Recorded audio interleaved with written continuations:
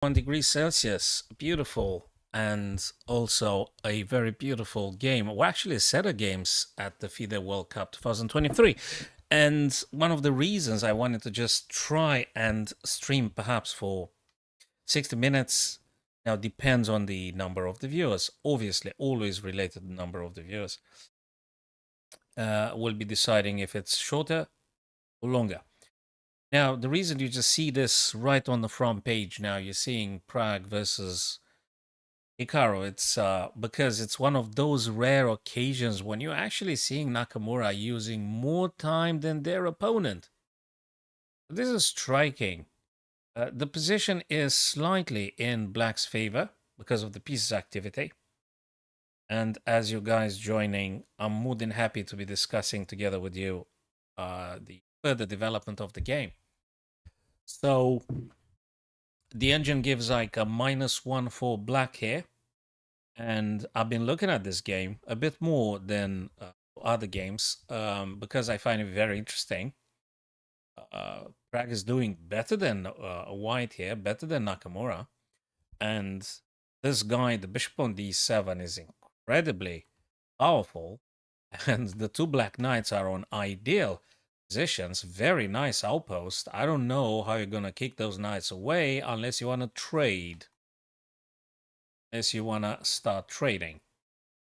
And this is a very nice dominance on the queen side. And perhaps Prague plans to be pushing a7 to a5. Maybe very soon we're going to see that happening. And I don't know what kind of plan Nakamura now tries to think about, but it's really, really interesting. Oh, actually, he's on 34 minutes and Prague is on 29. Okay. I don't know why at some point I've seen more minutes for Prague than Naka. I don't know what happened.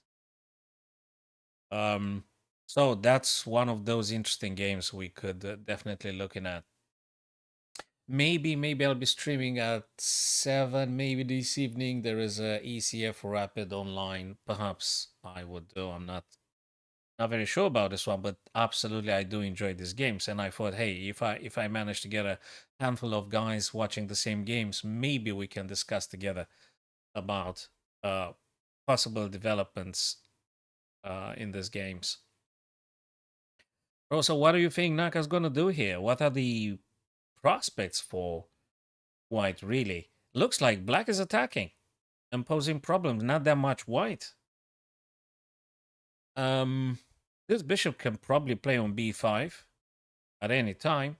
Well, this is a bit of a pin, so you can't really say I'm going to play bishop b5 and force White into defending immediately because this knight is a bit pinned here. So you can't really do it.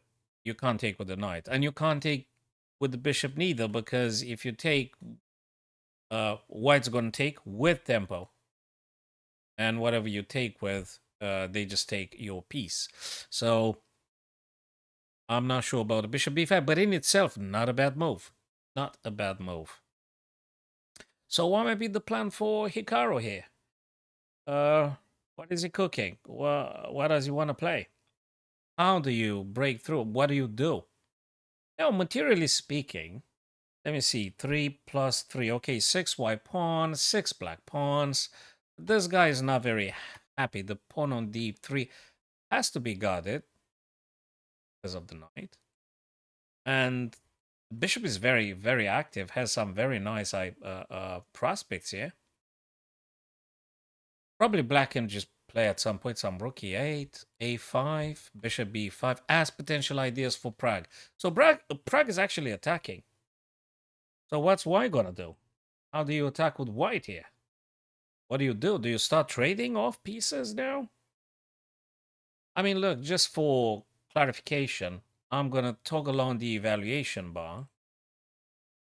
And it gives black a very healthy -1.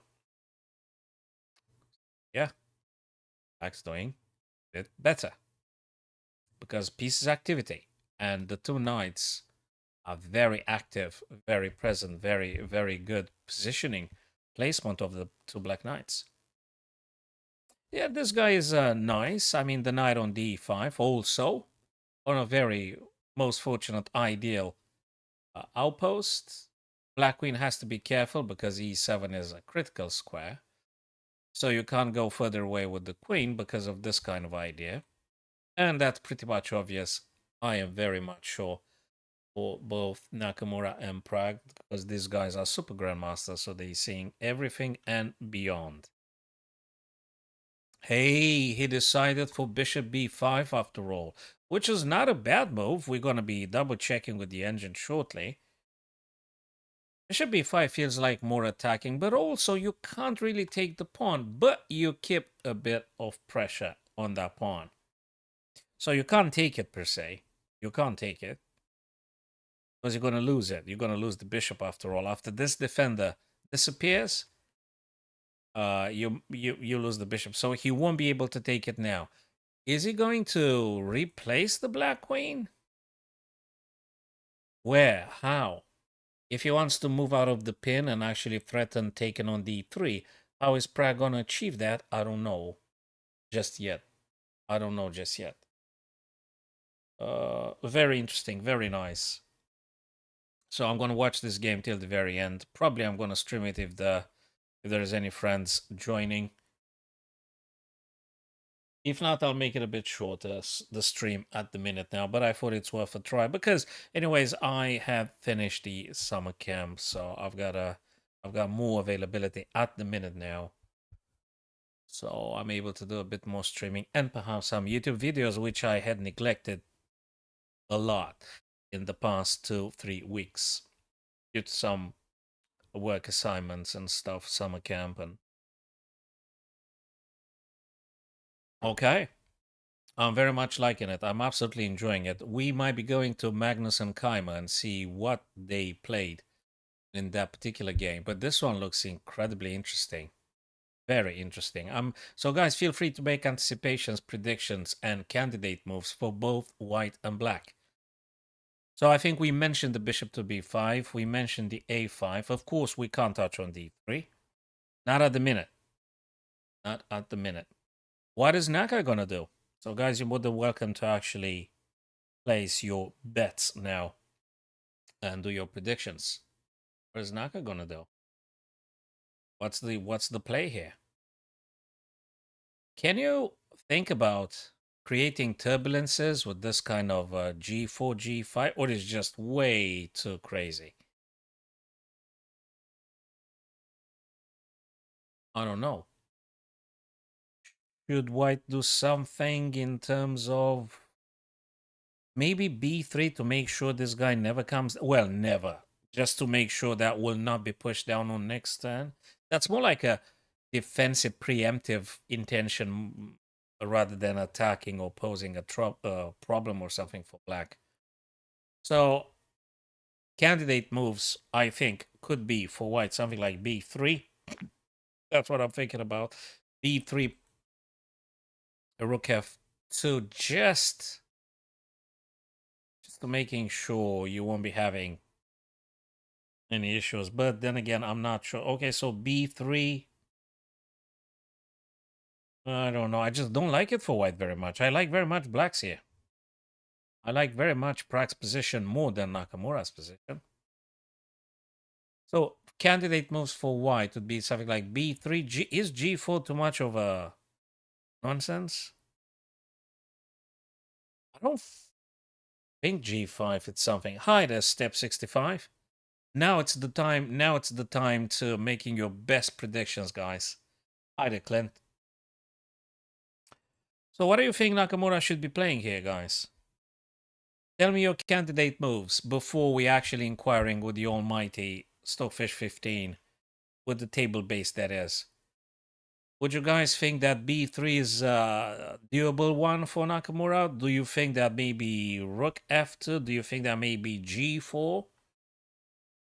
Do you start taking now on e5 to just remove the knight, thus one less attacker on d3? So that's a moment now to really exercise our chess thinking.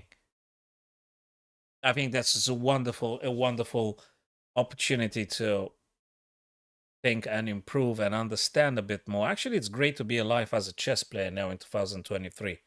As a chess player, as a chess enthusiast, you could see this super grandmasters playing.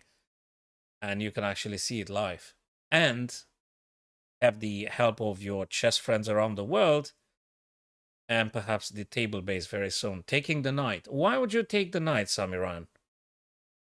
B3, says Clint. I think makes a lot of sense. B3, in my understanding, would be simply to making sure there is no C4 coming down. That would be one main idea for B3. More like a preemptive one. Defensive preemptive. I can't see anything active that Nakamura could employ here. The only actually active idea, I think Samiran also mentioned, and I'm inclined to say he's right. Oh yeah, Samiran is right, absolutely. Yeah, I think it makes sense, Samiran. Don't get me wrong. Bishop takes on e5 makes a ton of sense. You want to take off the pressure on the d3, which is currently in double attack here. On the other hand, you're breaking the pin. You could take it maybe if you're being forced to take on e5, because this pin has some value. This pin means something. I mean, it's good to make and to keep the pins. But then again, I don't see anything for Naka like in terms of actively attacking something or moving. And oh boy, it's very difficult for Nakamura. I very much like Prag's position. I think he's just attacking more than Hikaru here. He's posing more problems. Guys, what do you think about G4? Is more like a psychological move, like a bit of a nonsense, or actually is an interesting? Isn't it? Yeah, it is, Clint. It's a very, very live game. You can't give more life than this. This is a live game. And actually on the left-hand side, you could actually see the time and the clock of the two opponents. You know, nonsense is until it actually makes sense. So by reasoning and understanding, you're actually going to add sense to what doesn't make sense. That's one of the reasons we're actually seeing now virtually one another. So again, if I'm correct here, it's 24 minutes for Hikaru and 29 for Prag. And I mean, guys, honestly now, how many times do you see Hikaru going below his opponent's time? I mean, how many times? Because this guy is the best bullet player on the planet. And they started with the classical time, and now Hikaru is on 23 minutes, and Prague's clock looks like 29 minutes, half an hour almost. So Hikaru really thinks about this one. I mean, I would be so interested to find out what exactly is he considering. So we had as a candidate moves b3. We had bishop takes e5. Samiran says bishop takes e5, which makes sense. b3 again makes sense. What else can white play here? Okay, we're gonna ask the Stockfish as well. So that's the candidate moves you guys proposed here. I'm going to make a move myself now on the board. I'm going to move b3 and see if that would be my move, and see if actually is the move that Naka goes with. I'm not sure, but hey, let's just suppose they might be playing this. And now I'm going to ask Stockfish what he thinks. As for black, I don't know. Should Prague move rook from the F over to E? Should he move the king? I mean, you want to make sure there is no fork in the future. What else can Prague do here? Well, A5. If you don't know what to do, probably just play A5, right? Probably A5. Probably you don't want to do with black rook F to E, because if this bishop were to take, just saying, and if you consider taking with the pawn, then you sort of give up on the F column. So probably, Clint, I totally concur. I think black's position is definitely more preferable here. Yes, I think I would choose to play with the black pieces here. If I could say that. I really prefer black pieces in this position. Now let's ask the almighty Stockfish what they think about. So Let's go. The engine says for white, ladies and gents, look at this. The engine says B3, the second line of the engine. Okay, we got this one. And King H2. Well, they're actually equally from a uh, accuracy point of view. The engine actually says King H2 and B3 equally strong. And now because I'm watching the engine, I'm also seeing for black Rook Fe8 here. So, okay. So after all, that's not a bad idea. And I think the reason for which the engine specifies Rook Fe8 is because probably exactly as we discussed, black wants to make sure there is no knight E7 forking. And that would relieve the black queen. You would allow the black queen to move. I don't know, maybe here? I've no idea. Maybe queen to e6 for triple attack and attack on e2.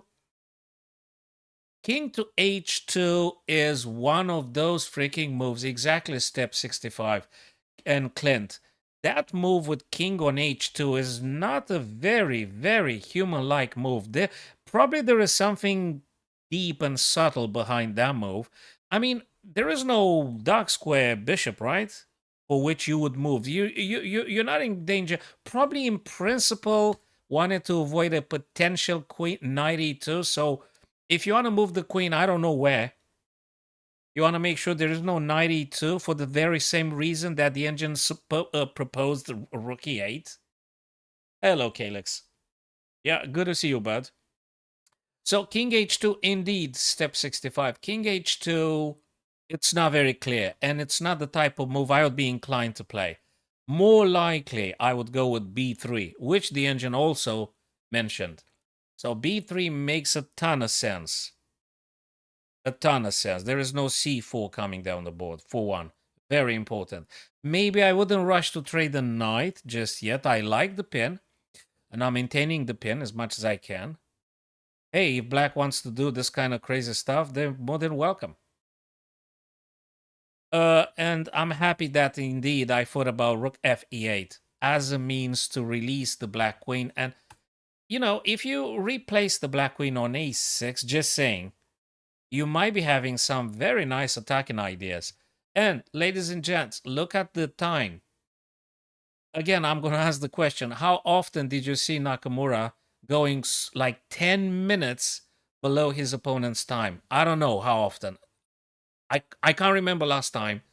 I cannot remember. I can't recall when Naka went with this time discrepancy. I can't remember. Step 65, you are correct. B3 is very solid. I mean, as solid as you can possibly move something now for white. So yes, B3 makes a lot of sense. I'm liking it.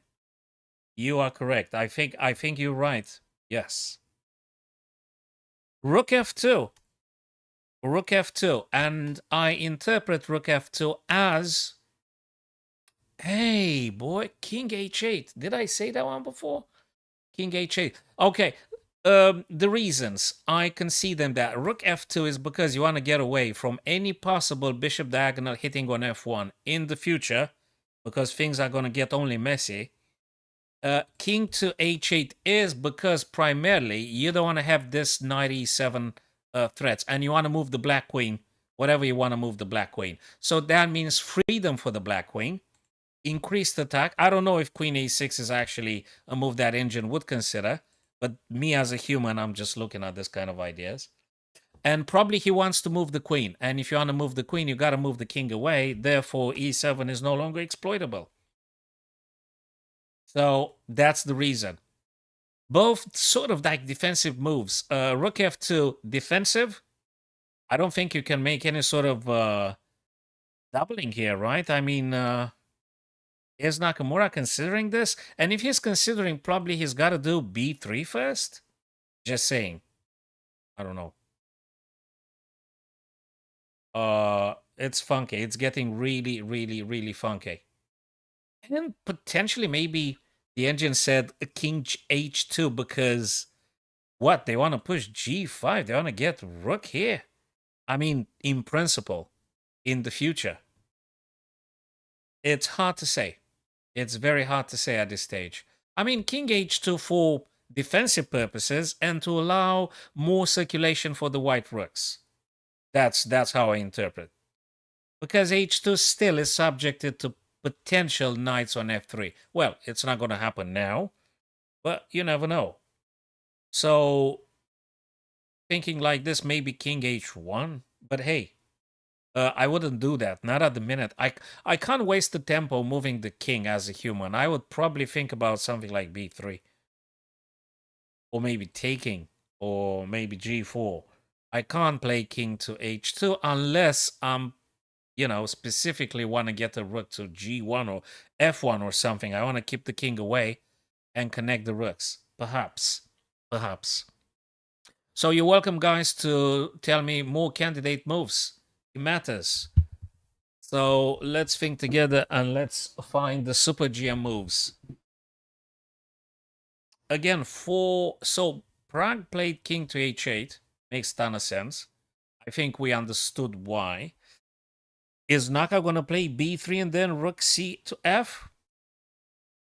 Step says I prefer king h1.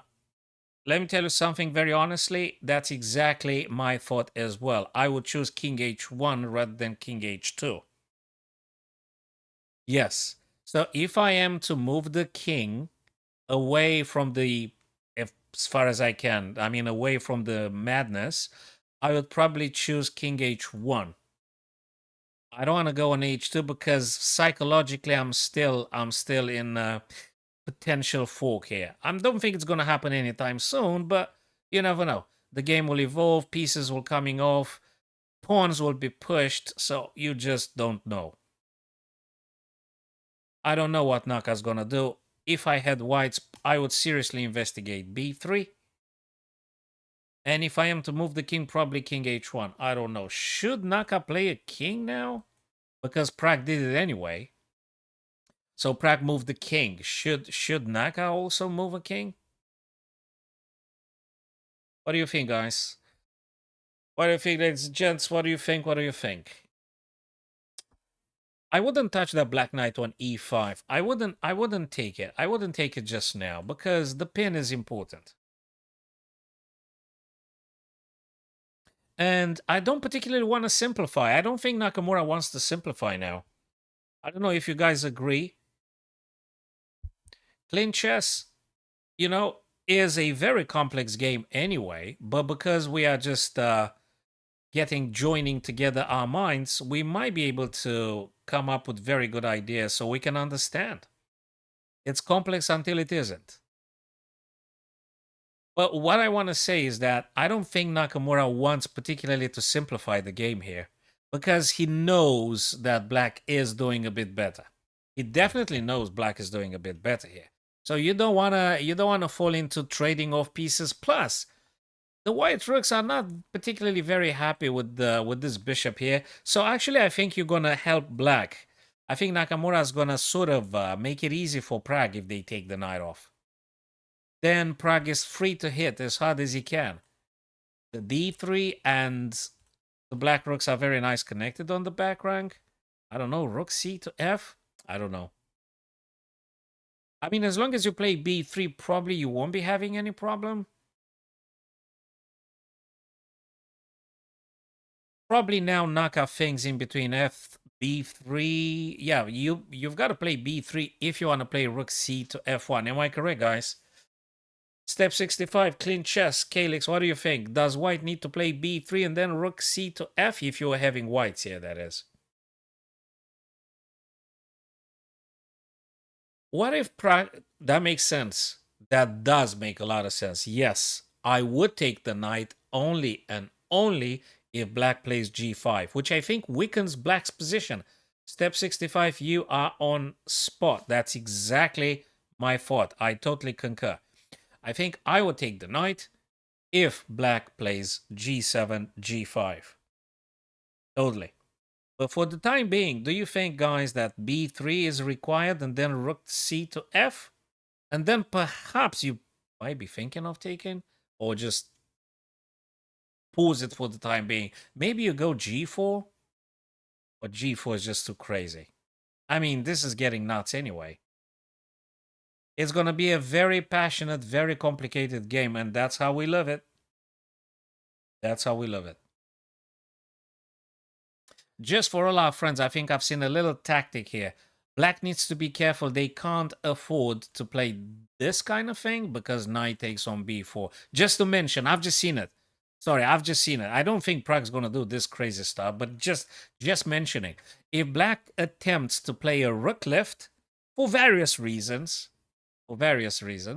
we've got the knight takes on b4 and the c5 pawn is pinned. So, oops. So Prague cannot really do that. You've been thinking about this earlier, but what if b takes e5? I mean, after rook f, so that would be a massive blunder for Prague. I don't think Prague's going to do this. That's a blunder.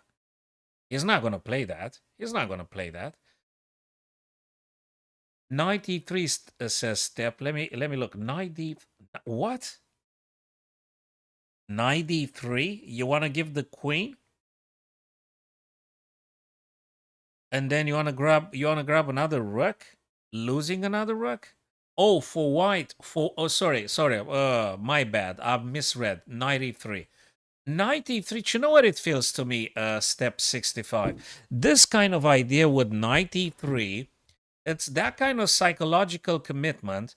I mean, I'm totally feeling that I'm failing on all fronts. If I withdraw my active pieces, I mean, I fully understand you want to relocate, you want to play something, I don't know, you want to play this kind of idea. I understand that.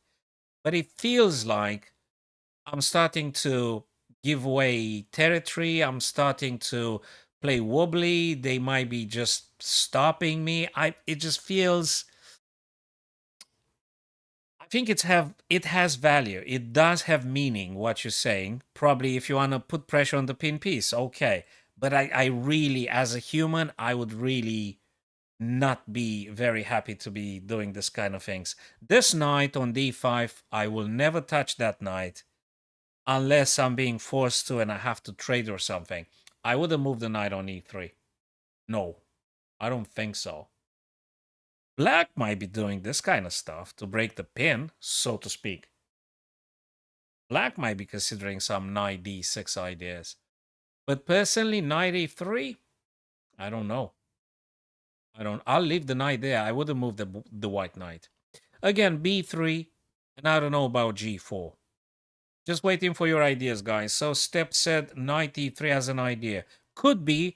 Probably not my first choice if I was Nakamura. Hello, Pranav. Good to see you, bud. What do you think White's going to play here? Because Prague is doing very well. Prague's doing very well here. Good to see you guys. I'm happy. I'm happy you're joining.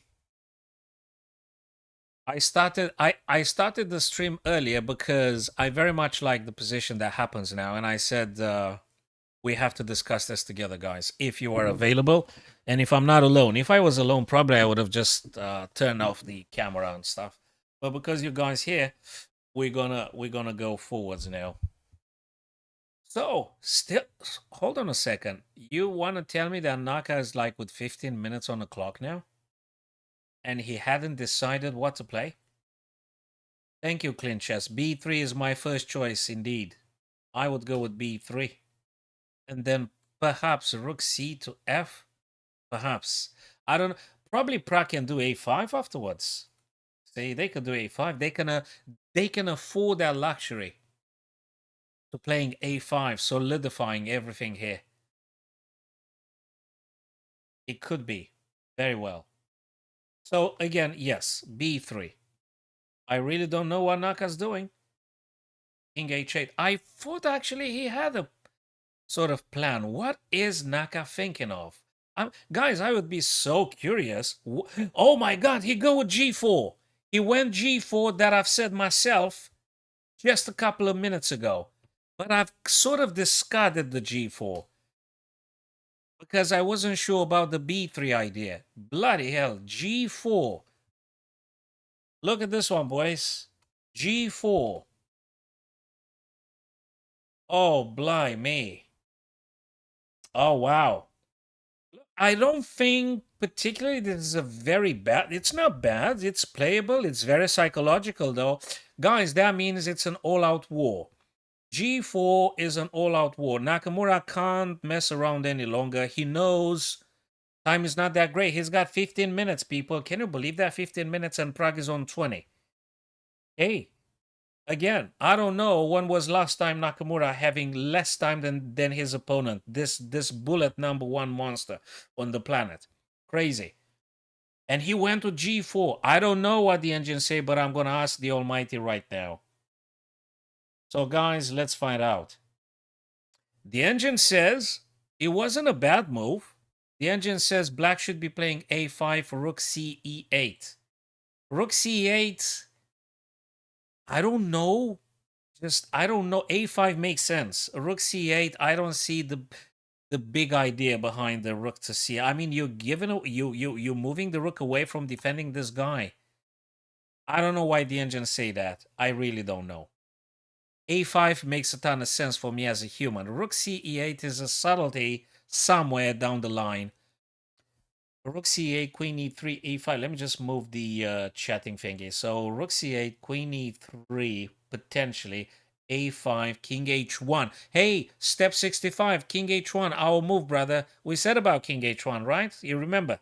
This is it. King H1 and King H1 in both lines. A4, A4. Okay, Bishop F1. Bishop F1 to try and defend here, I reckon. Okay, so these are the ideas. A5, Rook C, E8, Queen E3, Queen E3. But G4, I'm very happy because I've speculated that idea with G4. G4, probably G4 for G5, right? Ladies and gentlemen, G4 for G5 kind of ideas. Fabulous. Fabulous. Again, black's doing better because pieces activity is eyeing the D3 weak. So this is white's weakness. D3 is white's main weakness. And after A5, I think Prague should be playing A5 and burn Nakamura's time. Let him think. I mean, G5 is not an easy move to play. Probably you could, but it's not an easy move to play, G5. I don't know, should Prague play A5 and let Nakam think? Because time matters absolutely. Again, you're running out of time, you're going to play very bad moves. Or, in any case, less fought moves. So, psychologically, G4 for keeping the pin if G5. I mean, you mean if G5, you're stopping the pawn from moving down after we take? Step 65, what's the idea you say? What's got to do with G4 and if G5? Oh, I understand now what you're saying. Oh, that's a nice idea. Yes. If G5, you actually do not take the knight, but you withdraw. I don't know if G3 or H2 better. Now I've got your idea, brother. I understand what you're saying, step 65. So if G5, we do not trade, but rather G3, Bishop H2. That's nice. Yes, Clint.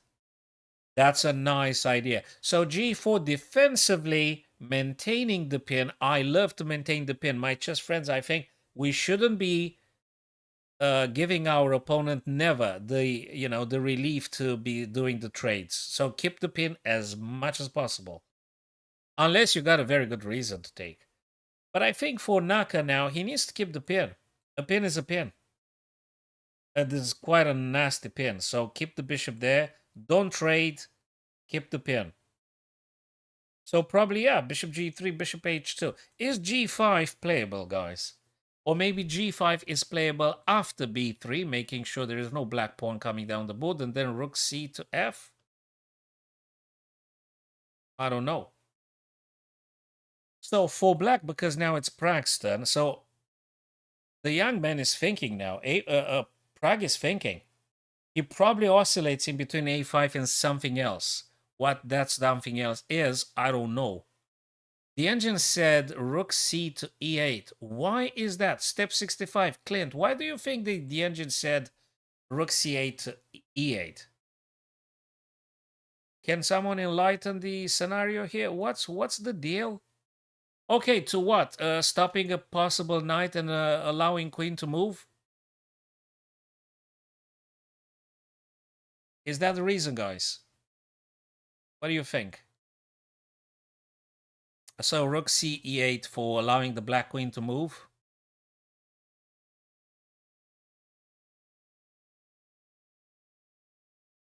Why would he do that? It's not clear.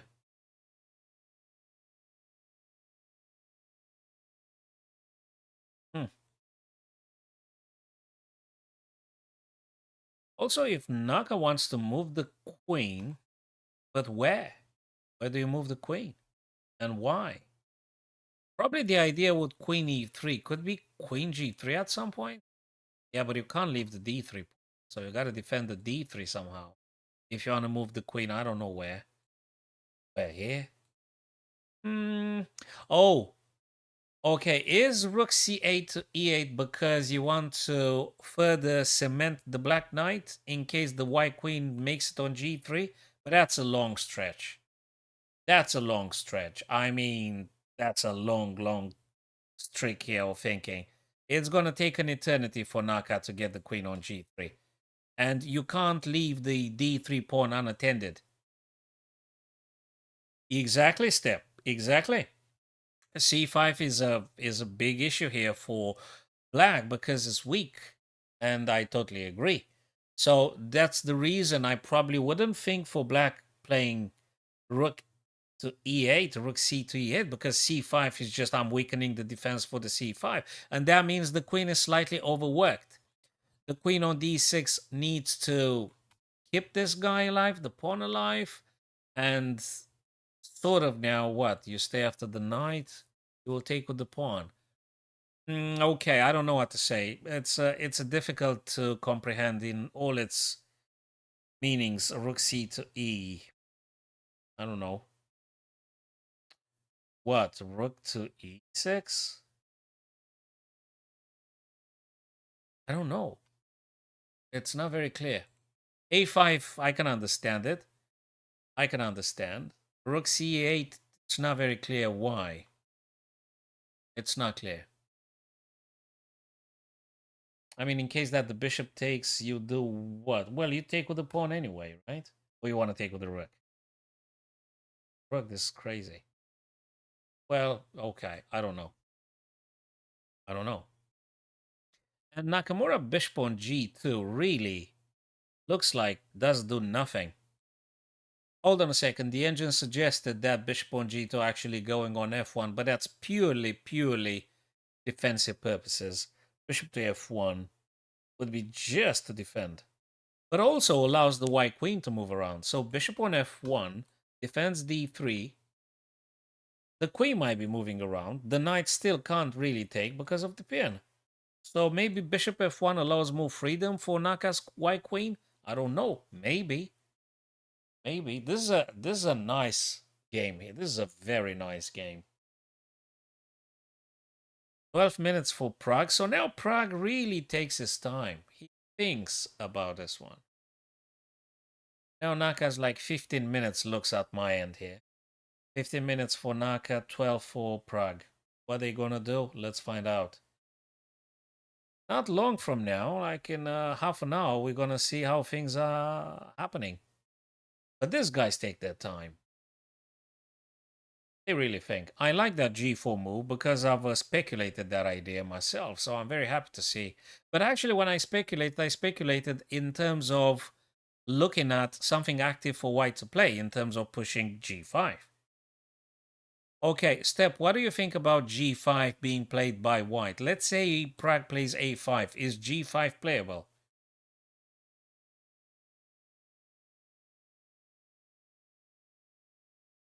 A4, it's a long shot for black. Yeah, it is taking a lot of space, it's fine.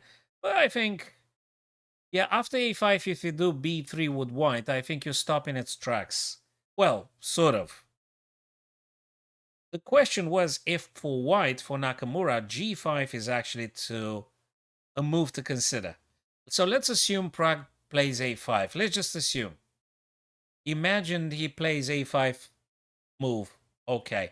Is g5 playable for white? What do you think, Clint? Step, Calix, if you're still there, what other friends have we got? Pranav, what do you think, guys? What do you think, boys? Is g5 playable for white? Hey, knight e6 played by Prague. He wants to break the pin. He wants to, well, he wants to. I guess Naka should be dropping the bishop on g3 straight away. Straight away. G3 or h2, I don't know. Maybe g3. Do you know why? Maybe I want to move the king on h2. So I don't want to keep the king on the back rank. So maybe just bishop g3. I wouldn't take on e5. I don't think I want to take on e5. No way. No, no, no. I'm not sure about knight e6 though. It looks like you go against those old principles like do not retreat a piece which takes a lot of squares from your opponent's territory. I know it's for the purpose of attacking an active piece of your opponent's, but you can imagine Naka won't be trading, right? The guy's gonna go here. Naka's gonna play bishop g3. Step says bishop h2 for bishop f1. Yeah. And rook g1 or g5. Yeah, I think. But knight e6 doesn't feel the best choice ever for black. It's like allows Naka to, I would imagine he probably wants to or considers knight to g5. Yeah, but what do you do actually? What are you gonna do? F3 is heavily defended. One, oopsie daisy. One, two. What are you gonna do? Plus the knight is in a pin. I'm not sure about knight d4 to e6, and I'm gonna ask the engine again. I'm not fully convinced. If I was white, I'd probably play bishop g3 now. Probably. Interesting.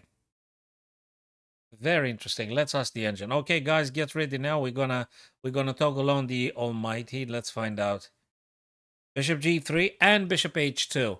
Step 65. Look at this one, brother. Bishop g3 and bishop h2. And my old idea with queen a6 had come into force. Queen a6. I mentioned this one because of double threat. d3 and a2. And you are breaking the pin potentially. Yes, this is beautiful. And I'm happy because we managed to anticipate a couple of ideas and moves here around.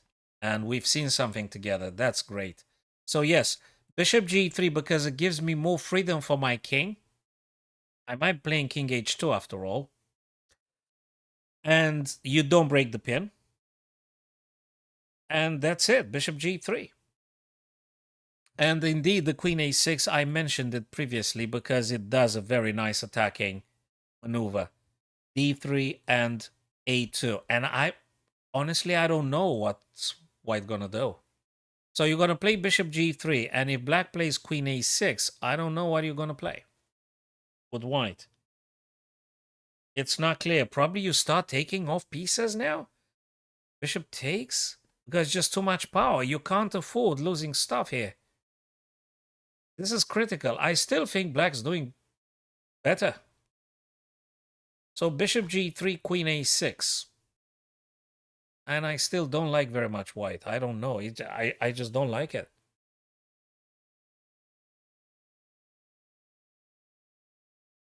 And I'm still saying that knight should have stayed on d4. The black knight should have stayed on d4. And play queen a6, I don't know what Prague. That knight should have stayed on d4. Sorry, what's the evaluation? Let me put the evaluation again. It decreased, guys. So Prague had like -1 and something. And after knight e6, the computer says, well, you kind of lost like 40 units. 40 decimals here. So it was -1. It's not okay. So, in principle, you don't want to withdraw your most active guys. There's no sufficient reason here for Prague to have done that, I guess. Well, he's a super GM, not me. So anyway, what's going on? So Naka thinks, so probably he thinks now bishop g3, bishop h2. You know, I would have played bishop g3 instantly, save my time. And I mean, you don't have too many choices, you see? Oh yeah, you're absolutely dead. Oh no, if a2 falls or d3 falls, you are dead meat. That's it. You're done. Yes. And even at our level, if the d3 falls or the a2 falls, you got a problem. You've got a problem here. Again, if I was Naka, I would have probably played bishop g3 almost instantly. Almost instantly. And then think about just some other plan. But I mean, you don't have too many options here. Don't tell me he's thinking about bishop e3. And now he's actually using his time to consider bishop g3 against bishop e3. What? Bishop f1. What the heck is that? Right. Okay. Okay, I think I got the idea behind. Bishop f1. Yeah, unless you Magnus, but still up for debate. So bishop f1 now really does keep a little bit of defense there. And I think Naka played this one because after queen a6, which he very much anticipated that it might be happening, he wants to probably play something like b3. Probably he takes and he plays b3 and queen defends a2. Probably. He doesn't want to lose the pawns. Obviously, step 65 just said it very well. You lose a pawn, you lose the game now. So he played bishop f1 in anticipation of queen a6. So he wants to look after the pawns after all. And probably b3 again. And okay, if black knight takes, he'll be taking back probably with the queen. Because now the bishop on f1 defends. So knight, oopsie day, knight takes, queen takes. A very nice idea. And if queen a6, I don't know what's Naka gonna play.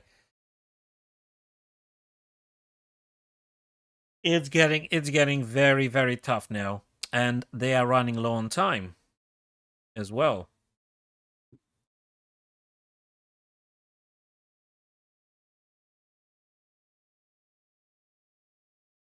The question is now for black, if he's gonna take on f4. And if he takes on f4, how would you recapture back with? Rook or queen? Probably rook, actually. Probably rook. You want to keep the queen. You want to keep the bishop defending here twice after queen a6. And if queen a6, you're going to play b3. A very, very defensive, but that's the best you can do.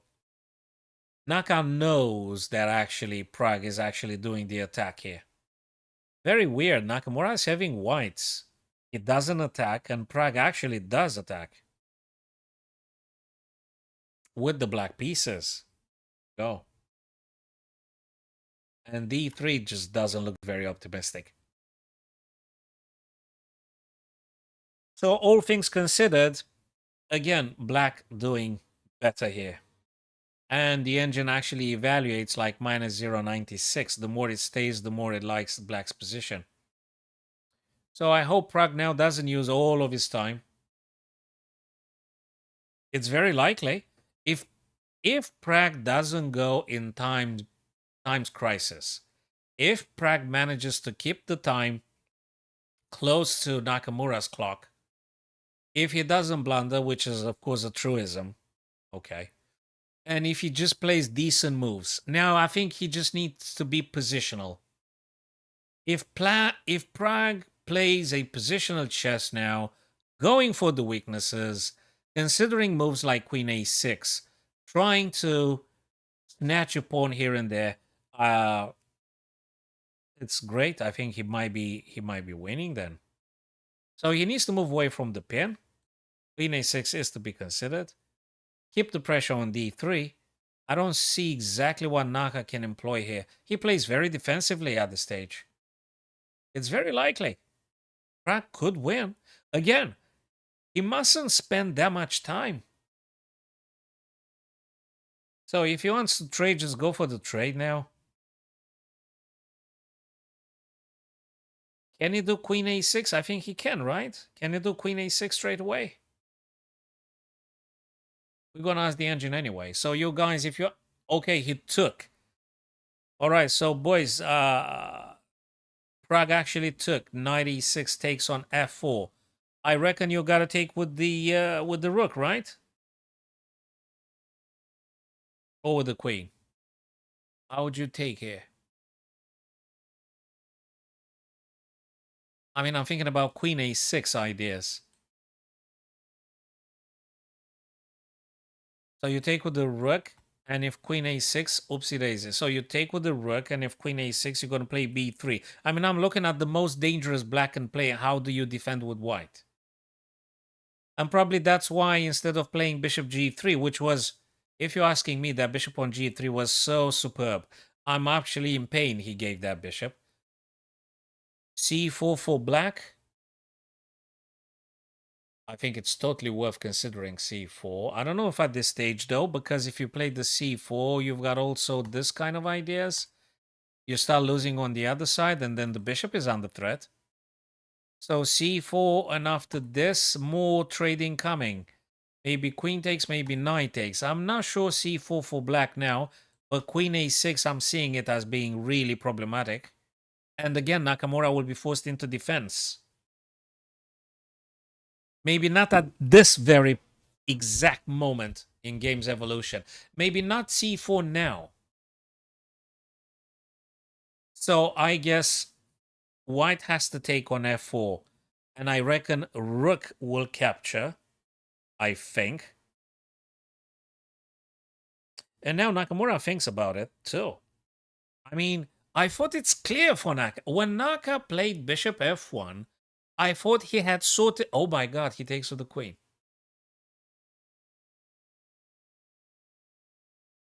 Takes with the queen.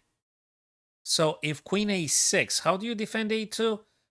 Ladies and gents, you're more than welcome now to illumine the understanding. So if queen a6, it's not just the d3 idea. You're also looking at a2, right?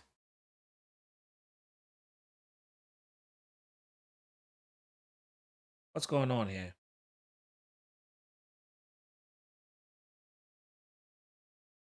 Oh boy. Bishop c6. And the engine said that black has kind of lost the edge. Let me go back just briefly, and I really want to ask the engine if queen a6 was playable here.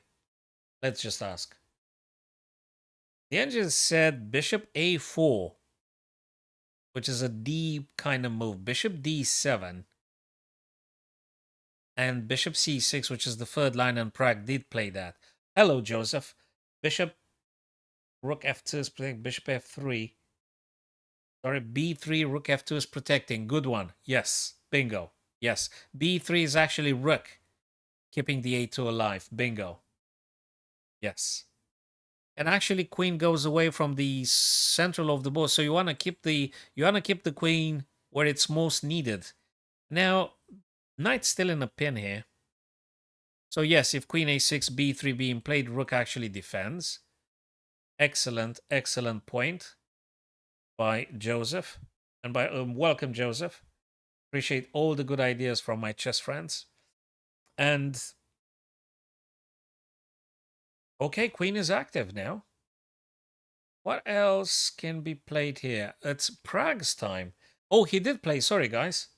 Bishop c6, knight e3. Okay. What do you want to do with the knight? You can't do this. Actually, you can. When knight takes, you're going to take with the rook. And if queen takes, rook takes. Okay. This one's still a liability, which might be attacked by black, and it should be. I'm not sure it's going to happen this. I'm not sure it's going to happen this. Bishop to d7. Is he planning something on like h5? d3 is totally hanging. Absolutely. This is a perennial problem. But now it can't be moved because it's pinned. Queen is still hanging. That makes a ton of sense. That makes a ton of sense. Now I'm noticing Prague plays a sort of like defensive like moves because bishop d7 I think mainly wants to prevent something like knight f5. It makes a ton of sense. I think you are correct, step 65. Bishop d7 actually wants to prevent any knight f5. Makes a lot of sense. On the other hand, he moved the bishop that was doing some nice attacking into defending. And so he moved the bishop from this diagonals and he moved on d7, which is not particularly a bad position. You're still exerting a lot of pressure on the diagonals. But yeah, knight f5, it's not very comfortable for black. So I reckon Prague is ready to trade.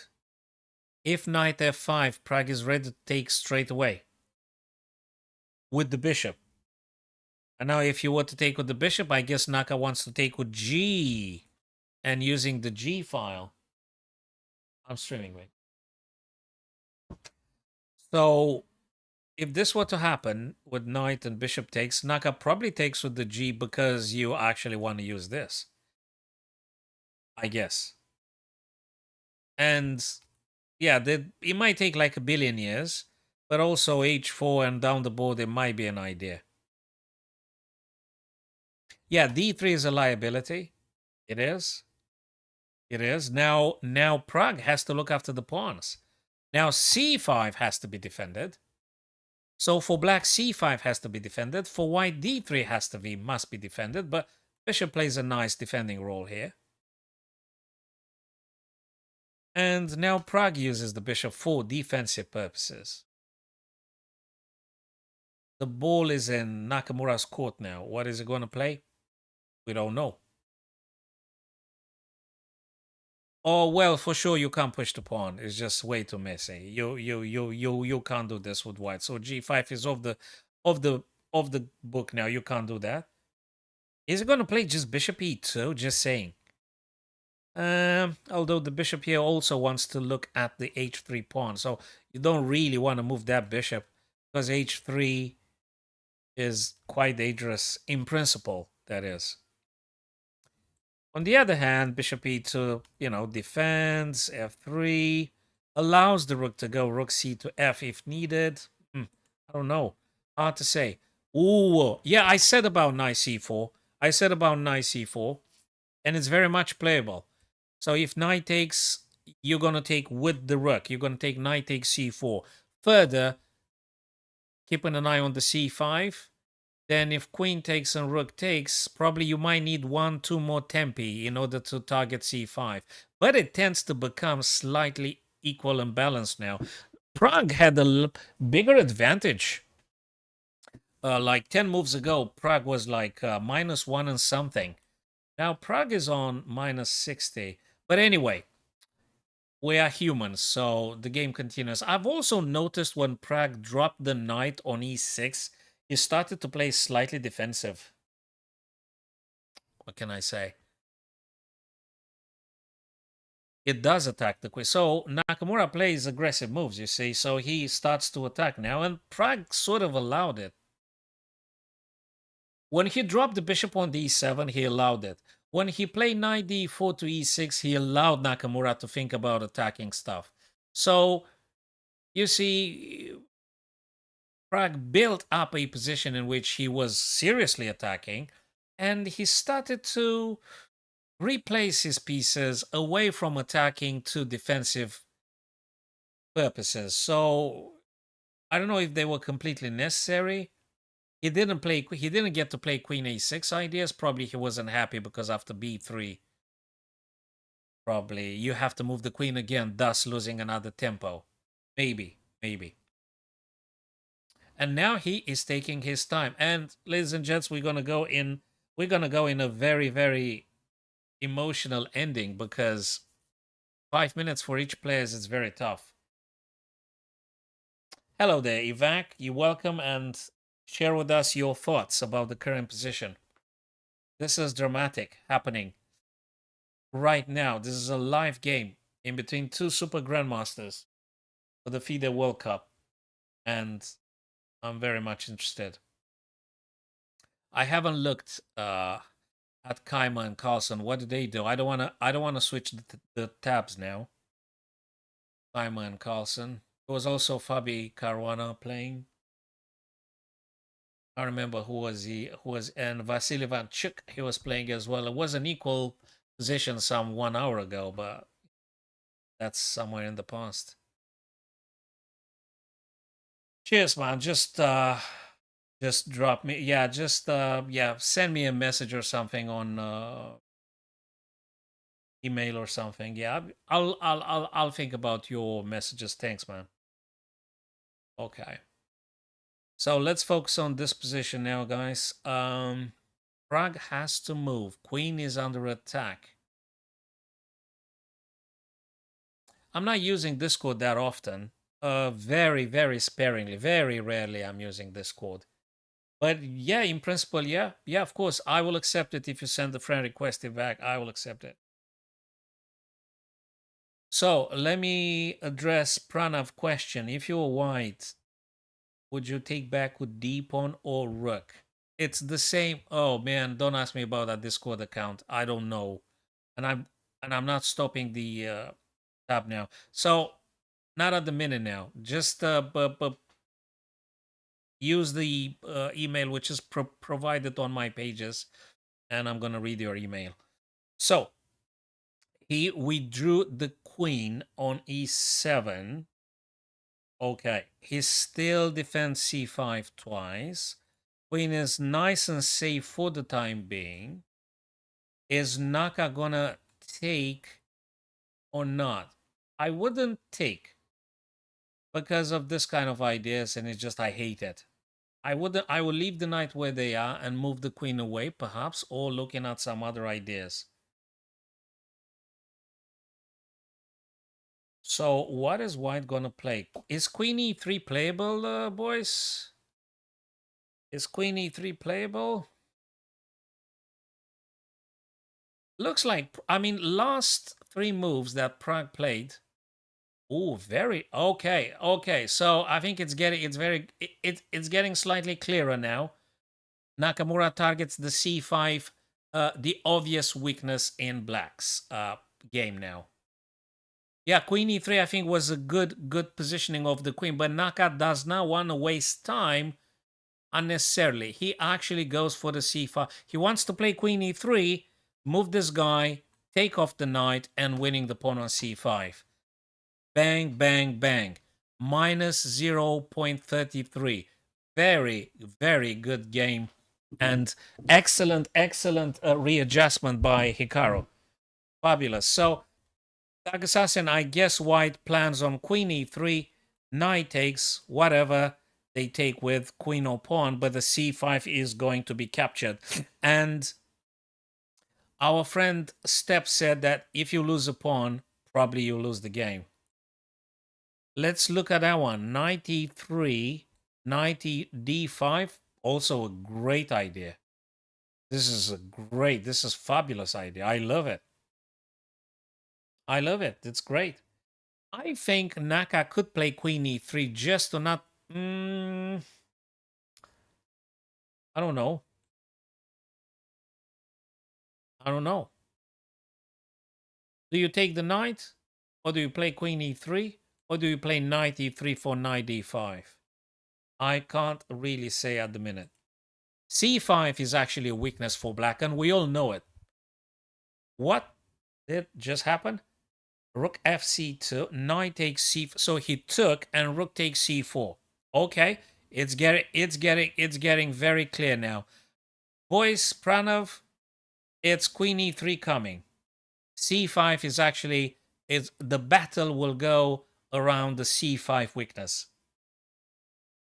Yes, I will. I will. Cheers, man. Appreciate your time and your proposition. Cool. So, queen e3 is coming because triple attack on the c5, and actually this is how the game will be decided. And my friends, the eval bar gives us minus 0.10. So it's getting really even now. Really, really even now. And it's a hell of a job to try and defend that pawn. How are you going to defend the pawn? I don't know. Prague probably needs to start thinking, but if you want to double up on C, you can't do this because you're going to lose it. Crazy. You got to do rook to C6 in order to play rook F to C8 to defend 3 times here after queen E3. Bishop E6, it's a glorious one. It's so nice. It's very nice. And that's exactly what has just been played. Bishop E6, rook to C2. Is he gonna take? Is he gonna take? Probably we're looking at ideas like rook C to A. Is Naka gonna play rook C to A? I don't know. Is he gonna focus on attacking C5 rather? Or is he gonna play rook C to A? So now it's the moment, because guys, this is super dramatic. And very nice find, Pranav. Bishop E6, actually, it's a brilliant one. I don't think it's necessarily bad. The eval bar is very stark. Gives us a 0.00.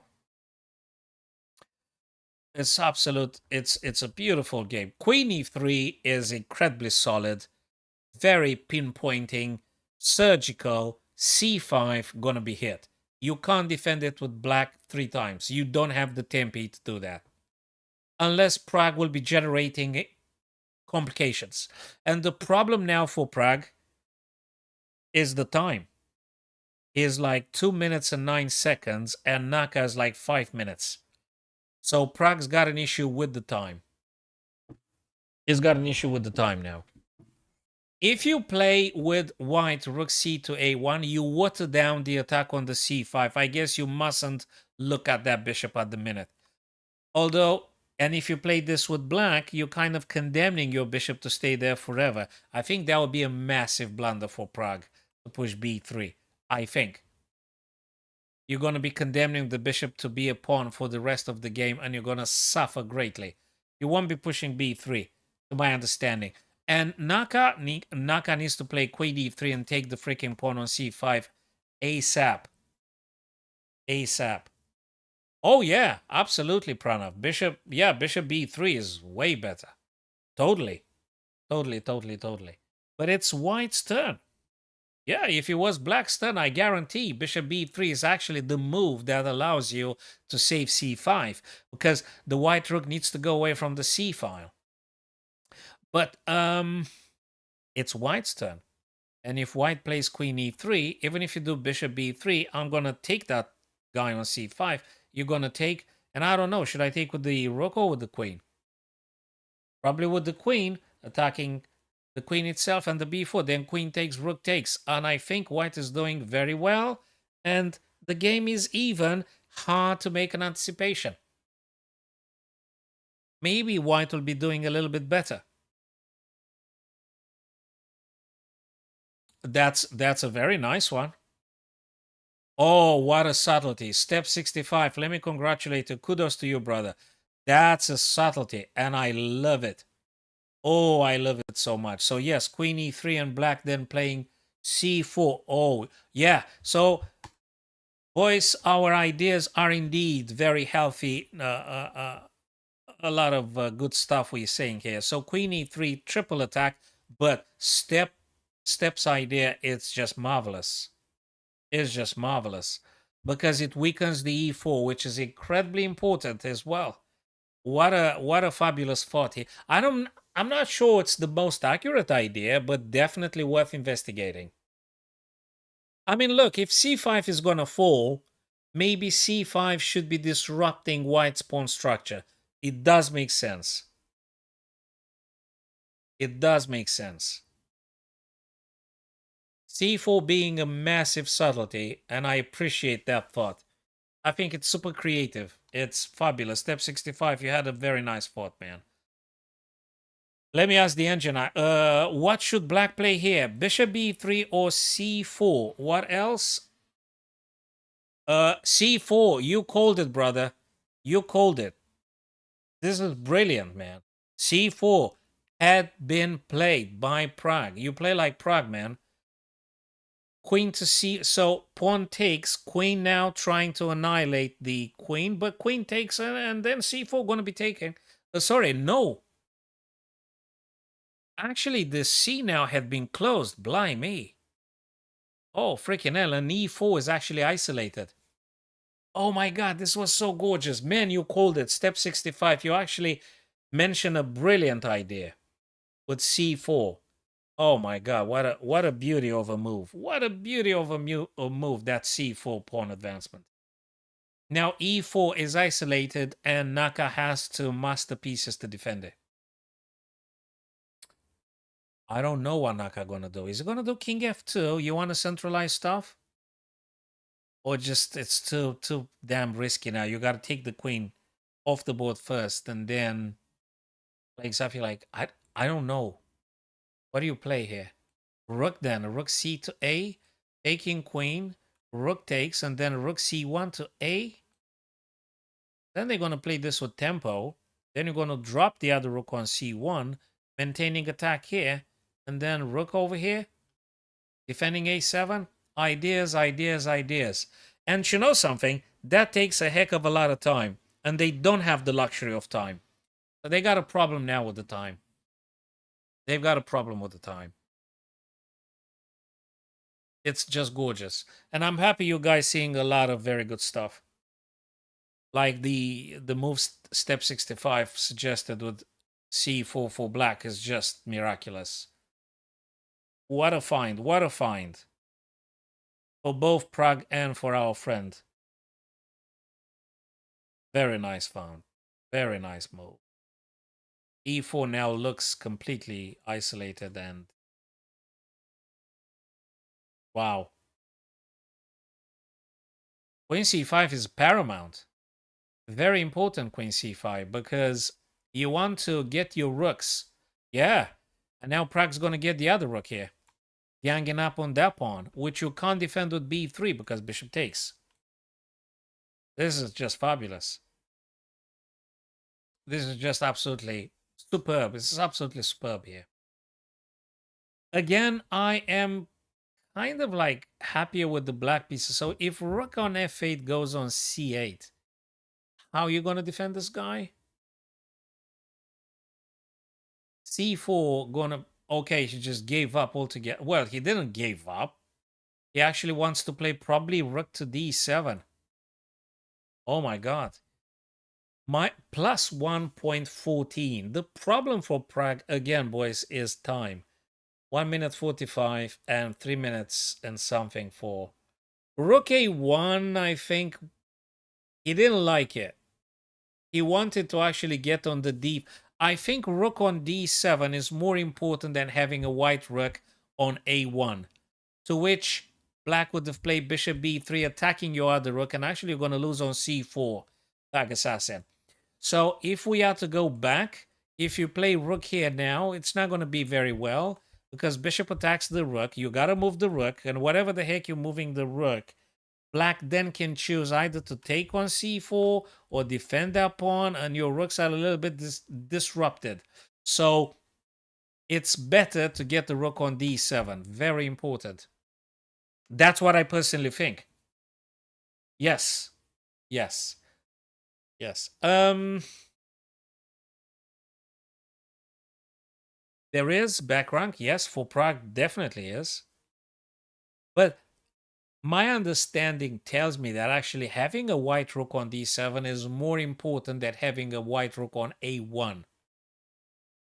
And Prague does the nice one. You have to double up, and I did mention that. You want to have your two rooks on the c. Now, Naka can very well choose to play rook d2 to d7. I think it's just great. Black can't take on c4. Not in the current situation. Black needs to play h6 first. He's not going to... Okay, king f2. I did mention that because queens came off the board. Queens came off the board. And you want to get the queens have been traded. So you want to get the king in the middle of the action. And plus, e4 is a liability. You want to defend e4 with the king. a5. Very good stuff. Oh, man, this is so dramatic. I mean, this is so... I'm sorry for Prague because Prague got in time scrambled. I am sorry for Prague. He's a super creative, incredibly accurate grandmaster. And what the hell? He just probably a5. It's being considered a lazy move, not attacking, and that gives white huge advantage. Oh my god. Is it rook to d5? Yeah, the problem for Prague is that he doesn't have time. So I'm pretty sure he played a5, not having enough time to consider. I think he should have played something like h6, I guess. Okay, what about this one here? Rook takes. You can't take what? Not sure. Yeah. This takes this, and this two passes. Yeah, I think so. I think that is why the engine set up the a7. Yeah, that's it, guys. We nailed it. We got it. Step 65, that's the reason why a7 is a disaster, because rook d5. And if Prague is about to lose, it's because he moved a5, because he's got less than 30 seconds on the clock, and because of this particular rook d5, and Nakamura cannot miss that. If I, an average Joe, played the move, I would have played rook d5, because I would understand that actually the two passes are unstoppable. Oh, I'm so sorry, brother. Did he lose on time? Did he lose on? It doesn't say resign, but it's dramatic for Prague at this stage. Yes, rook d5 completely finishes off Black's attempts. Because what the heck happened? He pushed a4. So guys, it took a while for the engine to actually come back with the moves that have been played. So rook d5, he pushed a4. Now Naka played bishop d3. Wasn't he supposed to take? No, okay, he still want. Okay, you gotta let Black to actually take. It's not over yet. Not over yet. Prague needs to play a bit faster though. He wants to play a3 and wants to create a passer himself. Very dramatic game. And fabulous. I think the guys played with a huge accuracy, both of them.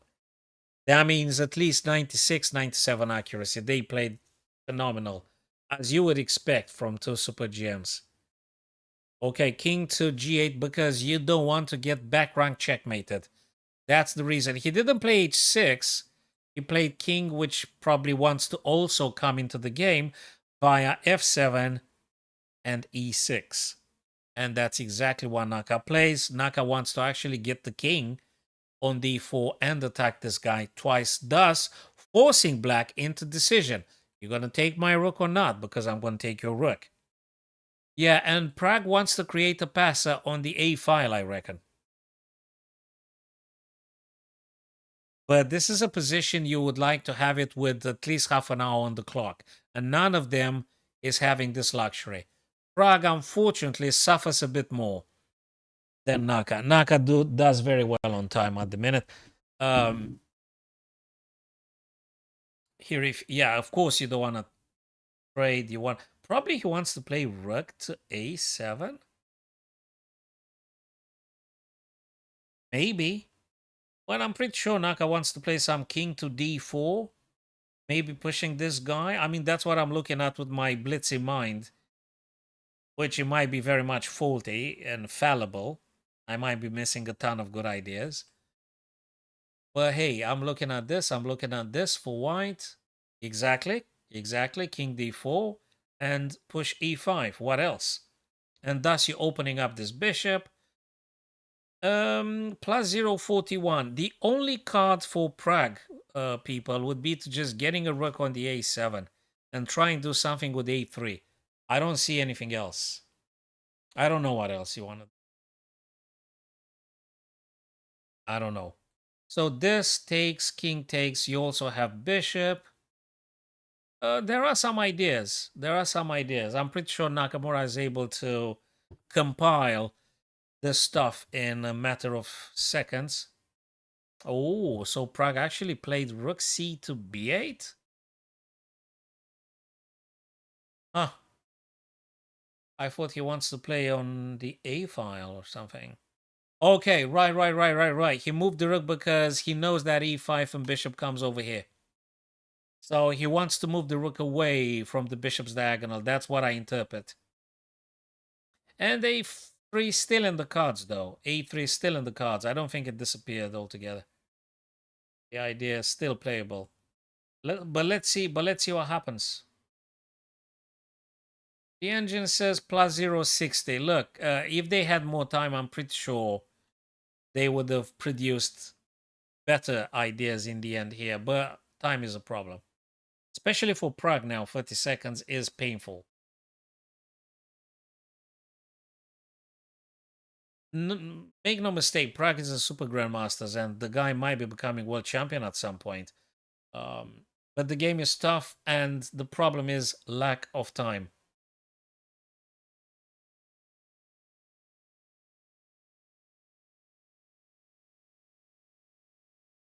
Okay, Naka has 1 minute 50, almost 2 minutes, and he wants to win this one. He wants to win it. He knows he's doing a bit better than Black. The king is centralized. He's happy with e5, probably, but he's actually thinking now what to do with these two guys. He's actually thinking, should I push the pawn? Do you think that c5? Clint, step, do you think c5 is playable?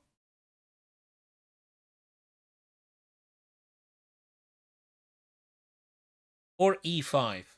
Which I think c5 looks like I'm making space for the king if necessary. Just saying.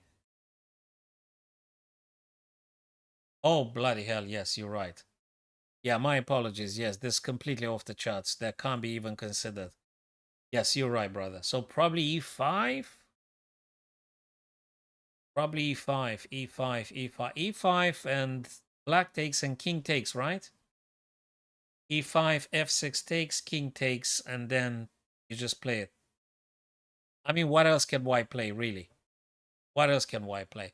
Guys, can you play the crazy rook b5? Just saying. I know it's nuts completely. Rook takes, pawn takes, rook takes, and you're moving forwards. No, that's losing. This is nonsense. No, I'm just looking at just possible. Rook b5 takes, rook takes.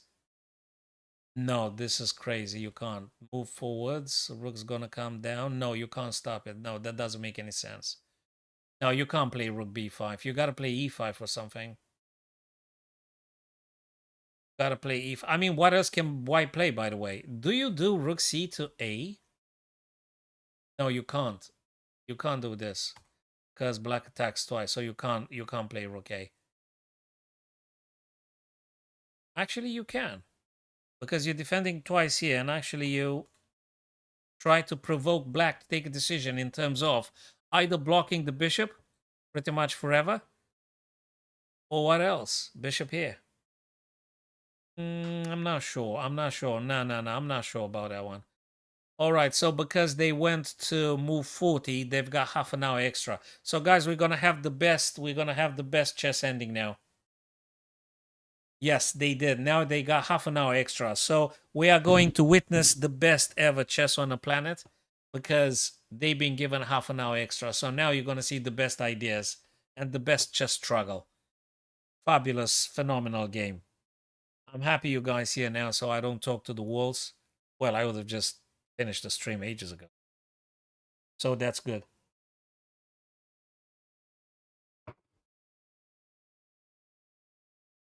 So again, people, it's time for you to produce the best chess understanding. Is e5 a candidate move? Or you consider some other crazy thoughts? I don't know, g5? Just g5 is not a bad thing, but I think white needs to be careful with these two guys first.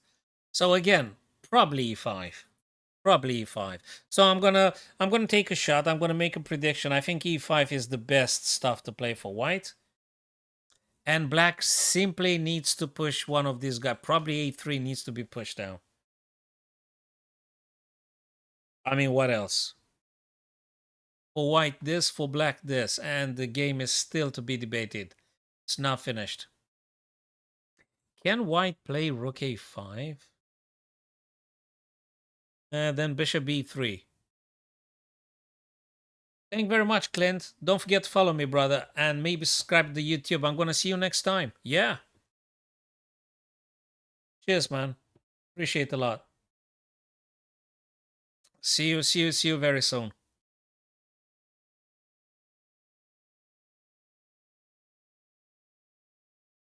So rook a5, I don't think it does anything because bishop b3 and you pretty much didn't achieve nothing. It's just nothing. You're wasting your time. Again, e5 I guess is the move, but I suppose Naka wants to be 200% sure that actually this is the best and the only way. Now I'm going to ask the engine. So I think people said e5. Have you got any other ideas, people, for white here? Rook a5, bishop b3, bishop c2 is possible. What? Rook a5. So let me take them one by one. Steps idea is bishop b3, bishop c2. Hell, that's a very interesting idea.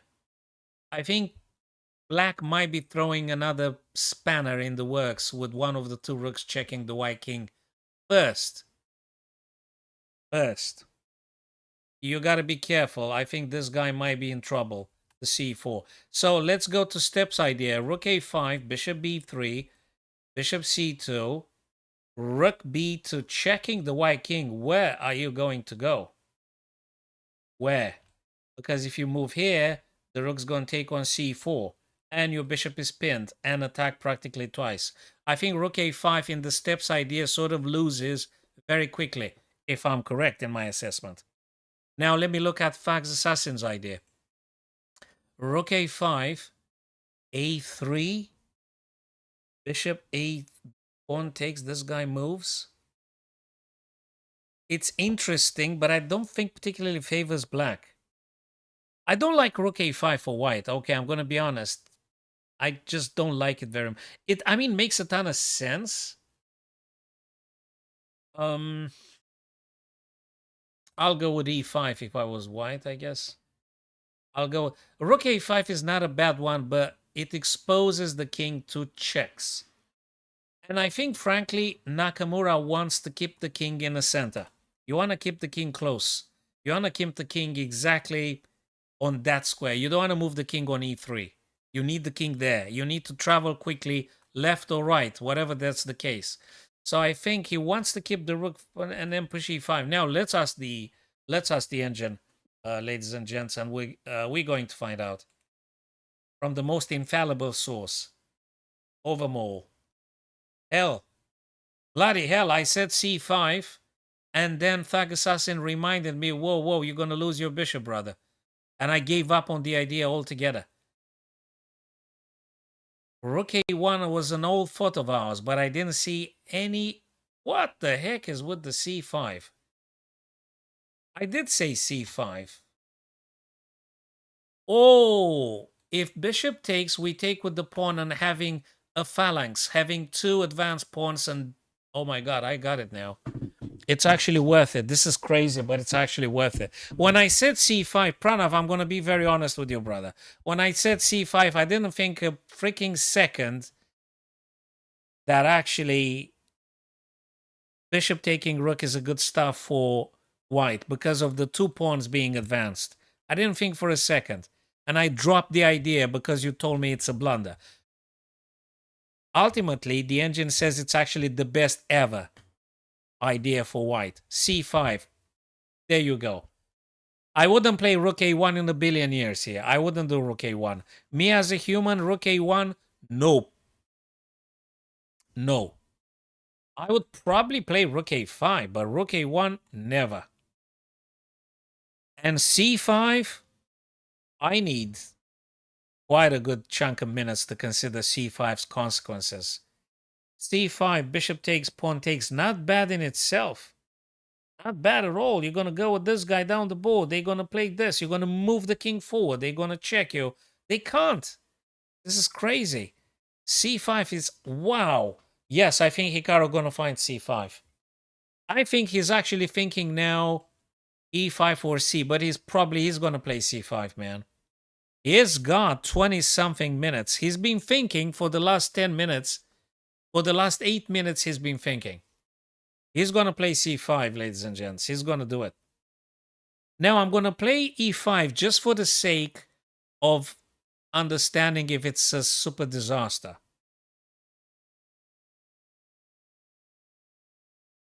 The engine says it's not a super disaster, but it's not the most glorious move. F takes e5. Rook takes c5, actually, not the king, because you want to keep the king closer to the action. So you're going to take with the rook. If there's any incoming checks, put the rook back. Okay, e5 is playable. I would have played it, but definitely not the best choice at all. Because the best choice, ladies and gents, is actually c5. Believe it or not. Absolutely crazy. Absolutely crazy. So not c5. Sorry, not e5, but c5. Wow. Wow, wow, wow. And Hikaru's time now. He's going to play c5. I think he's going to do it. He's going to do it. He's going to do it, man. He's going to do c5. I mean, the more you look at it, you kind of manage to convince yourself that actually c5... Let's just do it again. C5, bishop takes, pawn takes, and these guys are incredibly dangerous. You can't stop them. It's two passes.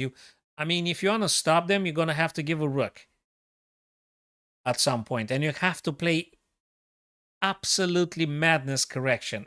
You got to be incredibly accurate.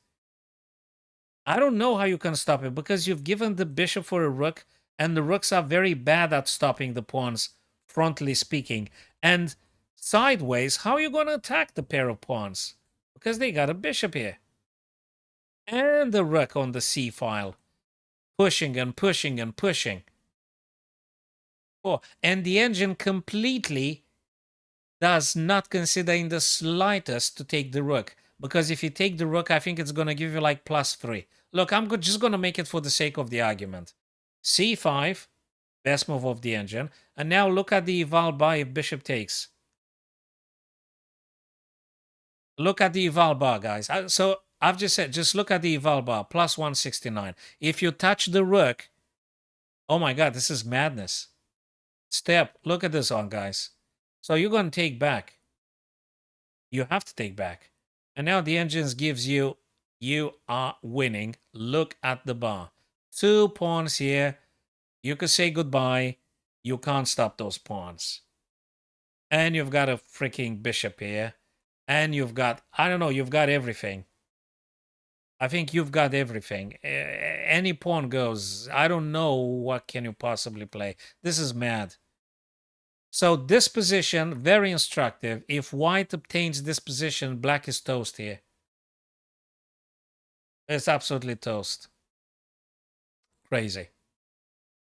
Crazy. The big question is, boys, is white gonna play c5?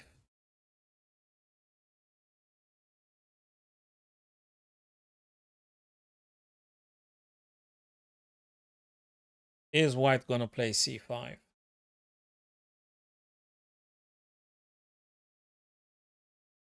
So Naka takes his time now. I really think he's gonna do it. I like to think he's gonna do it because here's Nakamura, and I did mention, but I totally didn't take this idea into account. When Pranav corrected me and he told me, yeah, but the rook, I actually dropped the whole line. I didn't investigate nothing. But Nakamura plays at a different level. I guess he's gonna play it. Which would be the most beautiful move of the round, I guess. He's gonna take a brilliancy for this one. This is a brilliant stuff. c5 is indeed a brilliant stuff to play. What a move. What a move. I'm gonna go get another. I'm gonna refill my cup, my coffee cup. And we're discussing together here. So that's the move, the first move of the engine. What's Prague gonna do after that one? Probably he shouldn't be touching the rook. I think the engine said something with... What did the engine say? c5 and bishop b3. The engine said black shouldn't touch the rook for the reasons we've revealed together. Black should be playing bishop to b3, thus consolidating the pawn and the bishop here, and you keep it in place as much as you can. So c5 and bishop b3. And it's still a bit of edge for white, but hey. Hey, guys, he played it, man. He did play that, guys. c5, there you go. He spent 20 minutes on... Sorry, he spent like more than 10 minutes and he did play it. That's why the guy is in the first 5 on the planet. He did play it, guys. c5, he saw, he calculated, he played it. This is Hikaru Nakamura, and he did play it. You can't expect less from Hikaru.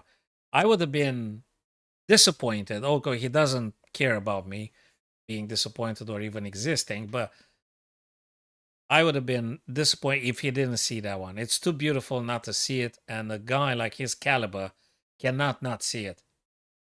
A super GM cannot not see it. Absolutely fabulous. So I think Prag's gonna spend a good chunk of minutes and he wouldn't touch the white rook. He would probably investigate other avenues about getting a rook on the A file, pushing one of the 2 black pawns. He's not gonna touch that white rook. Hell, he might even play bishop b3 as the engine advised. You're not gonna touch the rook, because if you touch the rook, it's gonna go down very quickly. Actually, he's gonna lose. Maybe you could do this kind of errors if you go like 10 seconds on a clock, but Prague's not going to take that rook. It is, of course it is. Of course it is. Bishop b3 maintains a status quo and allows white again to take initiative. So bishop b3, by no means, it's not a... It doesn't mean black's going to lose or something, don't get me wrong. But what I'm saying is that bishop b3, in contrast with a3, bishop b3 allows white to take initiative. I don't know. Maybe they're going to play this. Just saying. Just saying. Bishop b3, bishop c4. Maybe. Maybe. So it does allow white to explore and to play some stuff. In other words, to take initiative. Whereas a3 does not really allow white to stay idle or to play preparations. You've got to react. I don't think you can ignore a3, can you? Can you ignore a3? If black plays a3, can you just do whatever you want to do? You can't do c4, bishop c4. If you take, you just gave them a passer and possible checks. Dangerous. a3, b3, you're just going to lose it. Very tough. But it's not over by, I know, by any measure. This is not over yet. So bishop b3, bishop c4 makes a lot of sense. Bishop takes c4, king takes c4. a3, b takes a, b takes a, and rook a1 is the only way to stop that, I guess. Yes, I think you could do that, and you're very nice and safe for white. Game still to be debated, but you got a nice pass on the c file. So I think white would be slightly better if that were the case. The problem is, after a3, what does white play? So if bishop b3, I think I'm going to go with bishop c4 if I had this over the board. But what do we do, guys, if a3, though? I don't know. What do you do after a3 with white? Because that's a dangerous move, and I think black should consider. Before I'm invoking the engine again. So for bishop b3, plan is bishop c4, and I think I'm quite happy with that move for white. And probably the only one for black. Well, the engine said is the best move for black. A3, I think it's very psychological. I think a3 is very psychological. And we're going to ask the engine anyway. But it's definitely super psychological. And Prague is actually on 26 seconds. Nakamura spent a heck of a lot of time thinking about playing c5. He spent a lot of minutes, very many minutes. Looks like you have to touch that pawn. You have to take that pawn. You have to take, thus creating for black a passer and inviting the black rook on b4, checking the white king. So you kind of have to take that pawn, and it's tough. You got to be very careful then. Probably bishop c4 again. So a3, ba, ba, bishop c4. I don't know, because pin, tough, then check, then moves, then this. Oopsie daisy. It's an adventure. It's an adventure. So that's how I'm looking at it. I mean, it could be an idea. A3, ba, ba, bishop c4, bishop b4 pin, check, f7, a8. Who's better? Who's better here? Hard to say. I think it's playable for both colors. White is having a passer on the C file, and black is having a passer on the A file. You got to tread very, very, very carefully. Tough one. Very tough indeed. Yes, Luna. Thanks for stopping by. Just, yeah, drop me an email or a private message. I've got another guy. I had another guy before you with a similar message, so I'll consider in my own time. Right, so that's what I'm thinking of, guys. Bishop a3 invites white to explore avenues, giving initiative. A3 does not give necessarily initiative, but you got to think if you probably if you would like that variation that we discussed, and probably it's not the only one.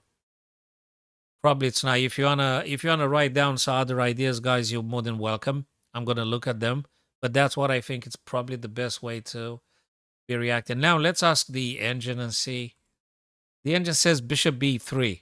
The engine says king f7, c6, and a3. A3 is being mentioned, guys, okay? Look at this. A3 has been mentioned by the Stockfish. I guess you can play a3 right now.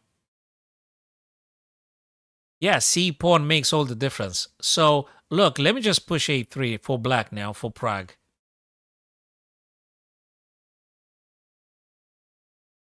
Oh my god, I completely missed rook a1.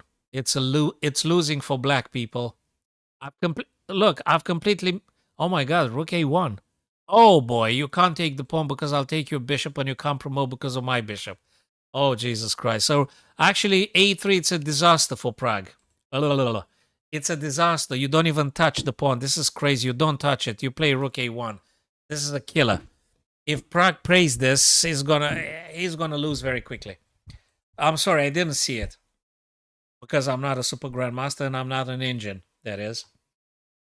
I didn't see it. I thought I gotta do this, but you don't. You just play rook a1 straight away. Bang. Bang, and that's it. You're gonna grab both pawns. It's a disaster for black. If white pushes a3, it's a disaster. Let's go back. The only move is bishop b3 or king c7. Yes, and then you do a3. Yes, then you do. So bishop b3, because then you can push a3. Rook a1, you're no longer losing the bishop. You can do other shenanigans here. You could consider other ideas. But bishop b3, because if you don't do bishop b3 and play a3, you've got rook a1 and you're going to pay a very heavy price. Again, rook is untouchable. Rook is untouchable, so king wants to come closer as well. You always want to get the king closer in the ending, especially if the queens come off the board. You want to get the king closer. So yeah, looks like bishop b3 has to be played first. Then you might explore a3, king c7 ideas, or whatever other ideas you want to investigate. But yeah, white is doing slightly better because of the c pawn. This rook does an incredibly good job, and you can't even take the rook. Crazy. You can't touch the rook. Probably the black king would like to travel C and then E. Probably. To stave off somehow.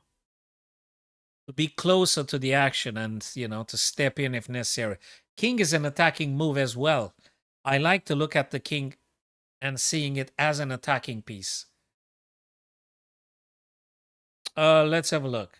English, symmetrical, fianchetto, Rubinstein, etc., etc. C4, knight f6, knight c3, c5, g3. A little bit of, what's that? Catalan stuff. G3, D5, C, D, knight, D, bishop G2. A little bit of a Catalan looking like. Nice, very nice. It would have been Catalan with D4, I guess, but the pawn was just developed to D3. Wow, so after Nakamura played C5, Prague really fell into thinking. I would expect him to play bishop B3 or king C7, F7, exactly as the engine advised. I would expect Prague to play that. I don't think he's going to go A3 after all this deliberation. Unless he made a mistake as I did, thinking that you've got to take and stuff like that. I don't think he's going to take that.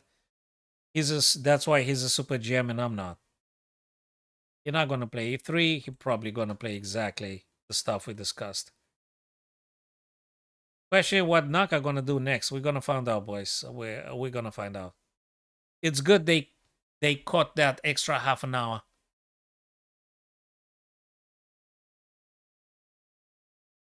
Yeah. And guys, I hope you wouldn't mind now if I am to taking a short break, because we fell under like 2 viewers and I'm losing that 3 viewers concurrent viewership, and it's very difficult to catch up with that one. And in terms of Twitch audience. So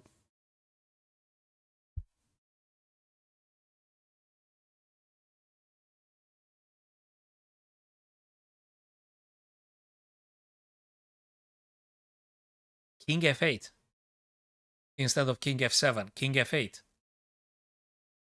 King F8.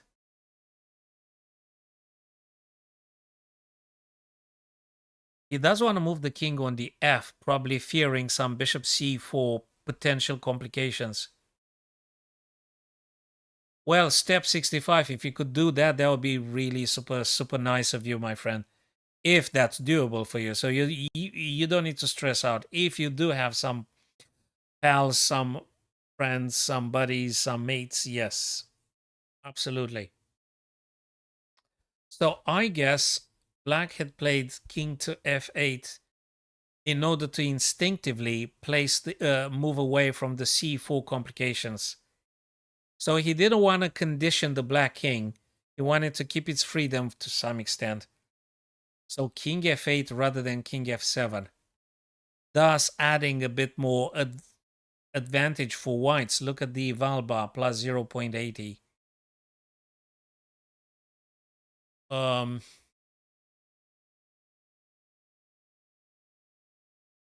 King f8.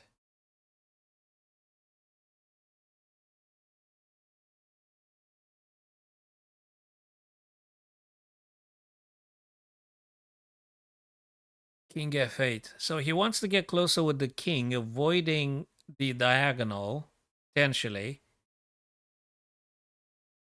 And then he wants to come via e7.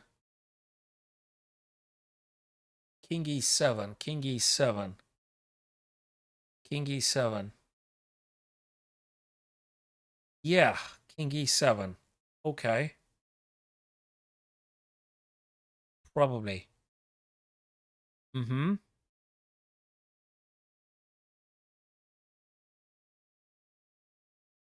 Still very complicated. Even if king e7, if bishop touches the rook, we still have this phalanx. And actually, you might be even getting forked. Those pawns are way too dangerous, and black will not take the rook, in my understanding. You do not touch that rook. You can't touch the rook with black, even if the king makes it here. Even if the king would be on d7, you still don't touch the rook. Because when the bishop takes and pawn takes, you're also enabling this bishop. This is a disaster. Actually, yeah, this is a this. You can't take the white rook with the bishop. No way. It doesn't look like you can.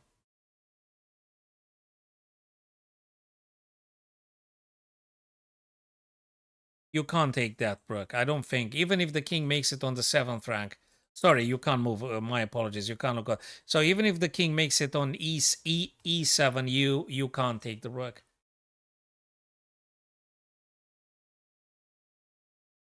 Yeah, yeah. Well, yes, of course. We've got the endorsement of the Almighty, and Bishop B3 was indeed the best thing for Prague to play, for Black to play, including King F7.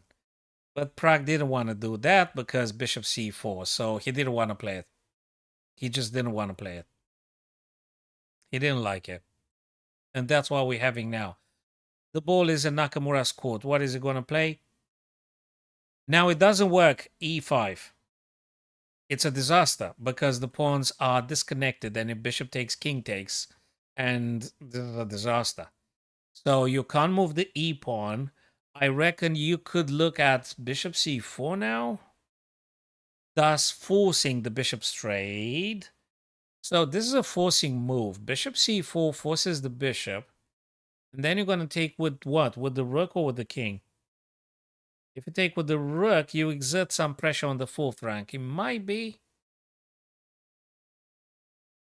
Is white gonna play bishop c4?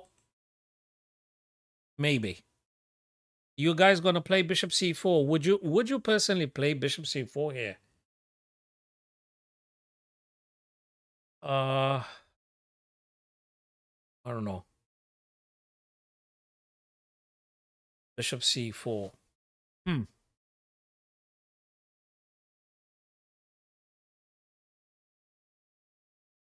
That's a good question.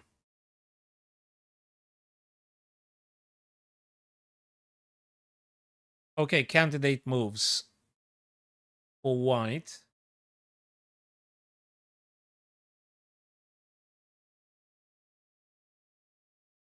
A rook a1. Let me look at. No, I don't think so. Rook a1, bishop b3.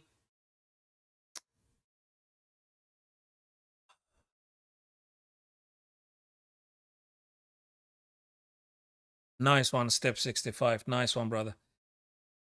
Well, we can still think like them sometimes in our absolute moments of clarity. We do manage to pull a couple of thoughts, grandmaster-like thoughts. So bishop c4, king c4, a3. Yeah, looks a bit dangerous. Bishop c4, rook takes c4, a3 takes, rook a4. I don't think it's bad after all.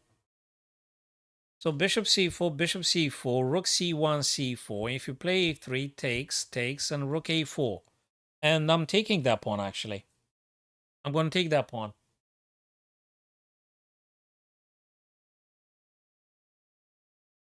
We'll put it on the engine. By the looks of it, bishop c4 is not a bad one. I don't think it's a blunder or something. I'm not sure it's the strongest move. The engine might come up with the engine may come up with something like h4. I mean, you could expect anything. The engine might say even g5. Do you know why? Because g5 might be provoking something like this, and then you might be exploiting the f. I know it's looking crazy, but hey, what do you do with the g pawn? What do you do with the g pawn? Open up the f. I think you want to open up the f. So frankly, in all honesty, if you don't want to trade with bishop c4, I guess g5 makes a ton of sense. G5 makes a ton of sense. I'm gonna ask the engine too. So I'm really looking at g5 and bishop c4, which I think bishop c4 simplifies. The question is, do I win actually with bishop c4? It's a forcing move. You can't play b3 because you're gonna block the bishop forever. You can't do this. You just can't play like this. So bishop c4, g5. I think that's the best shot for Naka here. Let's ask the engine then. c6. which I didn't even spend any seconds to look at it, and rook a1, which is something as a human I wouldn't even play.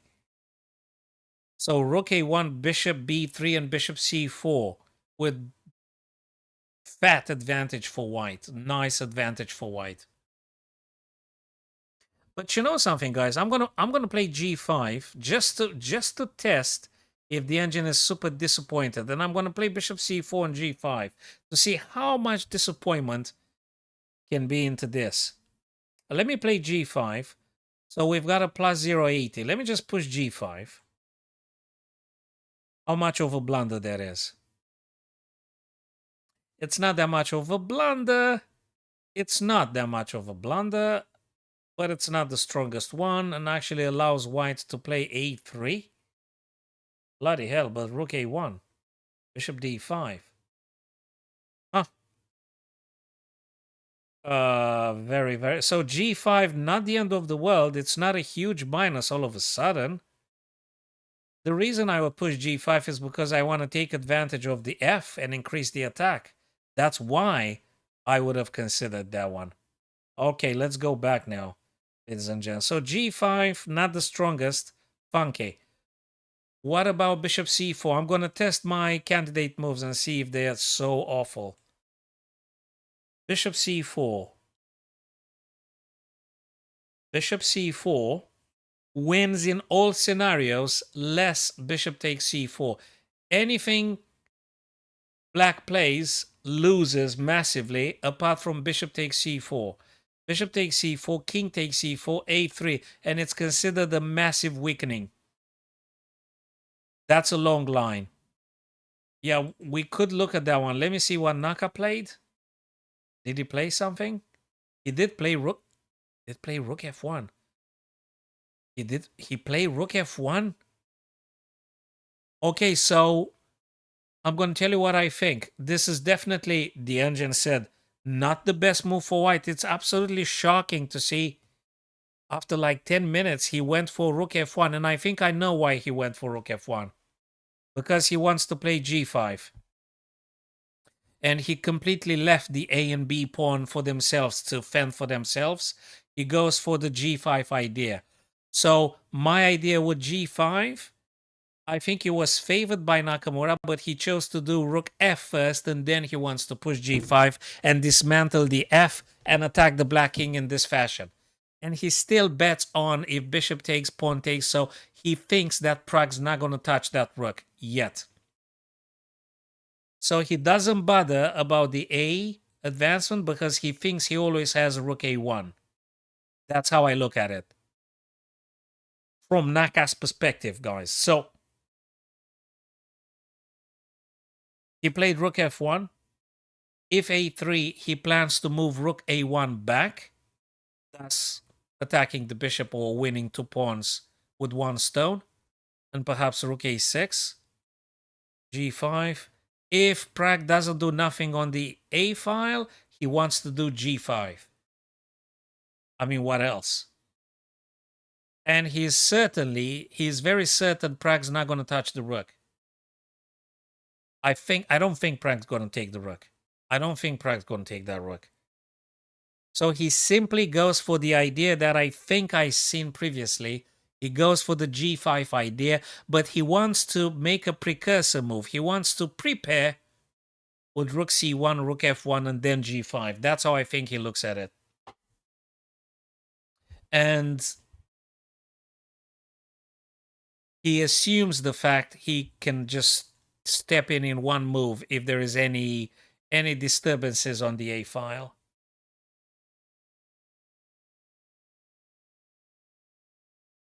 That's it. I mean, there is no other idea behind rook f1. If you see any other idea, ladies and gents, let me know. I don't think there's any other idea here. I mean, for Naka, rook f1 does not serve any other purpose apart from g5. You don't play rook f1 unless you want to play g5. Correct me if I'm wrong. What are the reason behind rook f1? And bloody hell, he did spend a lot of time. And he is happy with bishop taking rook. He is happy with a3 played by black. He is happy. The engine says it's not the strongest one. The engine said he should have played rook a1 previously.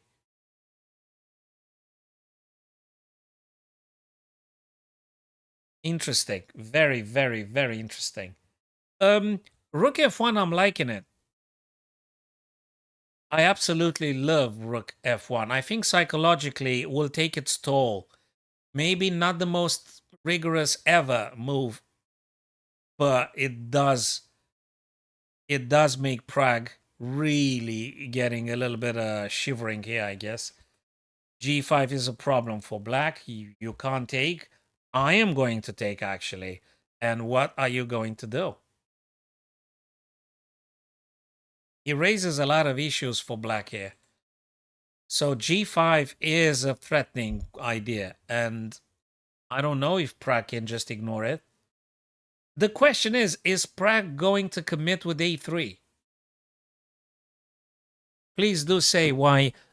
Because of this idea. Because exactly of preventing G5. So that if they take, you take back with the pawn. Is that what you meaning? Or because of this kind of idea, and then the pawn can take and rook can come over here or something? Step 65. If want to elaborate more, would be awesome, dude.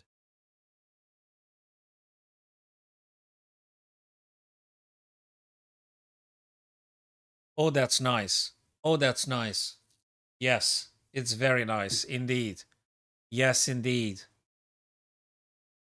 Yes, absolutely. I love it. Absolutely great idea. Yes, you can't touch the G pawn. If f6 is falling, is game over. That would be a massive blunder, and Prague cannot do that. Absolutely, man. I agree. G6 can't be played. The king is on f8. Oh my god. And Nakamura simply exploited this weakness. He's gonna do g5. So this is the plan for Naka. He's gonna push g5.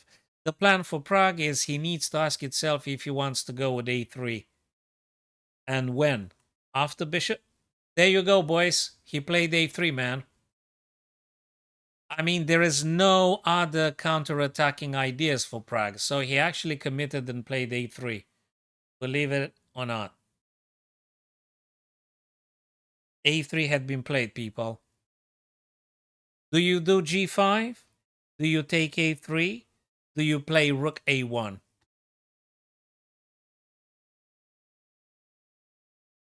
Wow. Now, I think we can discard completely A3 because if black plays, you're going to have an issue with this kind of checks here. So I don't think Naka's going to take on A3. I think Naka's going to play either Rook F A1 or is going to leave that freaking pawn alone and push for the G5. No, they don't take any more time. I think that's the end of the road, Pranav. That's the end of the road, brother. You have 8 minutes. I don't know if this with increments. Sorry, I don't want to switch tabs and read the information. I'm glued to the actual position here. I don't want to mess up. Rook A1, there you go. Oh man, he's so practical. He said, look, man, I'm going to take both your pawns now. Jesus. Wow. Rook F to, exactly as I said. He played rook to F, and if there is any A3, the rook goes back on A1. The game is a little bit, just a tiny, tiny edge for white, plus 0.14. Just a little bit there. Rook F to A1. Bishop must move. If black plays B3, I think, is B3 playable, guys? Step 65. It's not that crazy. I think makes sense. B3, B takes, and pawn goes back, and rook takes, and queen and takes. I actually don't know. This is convoluted. I actually don't know. What if bishop takes, pawn takes, and pawn... I don't quite... man, this is convoluted. Oh my god, this is such a tough position here. So Nakamura did ask the bishop the question, what are you going to do? Bishop b3 he played, man. He didn't take the rook. But now, I don't know why the computer just shows plus 0.18, because white's going to take the pawn. White is going to take the pawn. B takes A, B takes A, rook takes A, rook b4 check. And what are you doing? King here? He can't check because he's going to lose. He's going to lose the bishop. So pawn takes, pawn takes. And after rook takes, you cannot play rook b4 because, yeah, if Pragg loses the leverage of the two pawns, he ain't got nothing. The only card for Pragg to would have hoped at something was one of these two guys. If the two black pawns are being annihilated or traded, Pragg doesn't have nothing in terms of promoting, pushing, forcing, threatening. He's got nothing. He's actually will have to play defensively against this pawn and this white pawn. If Pragg loses the two black pawns now, he doesn't have anything to bet on. He took, exactly as we discussed, B takes A. He's going to have to take, right? Or maybe he's not going to. Is he going to have to take? Is he taking? If he doesn't take and white captures, you play this. No, that's a disaster. No, he got to take.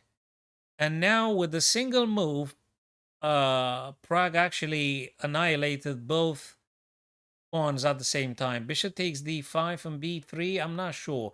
Bishop takes d5. b3. So what? Rook a to b1. I don't think you can do nothing at this stage. There's nothing for black. It's losing for black. If they touch the rook, it's getting even worse. Bishop takes, pawn takes. b3, whatever. Rook a to b1 and game over. It's game over. That was it.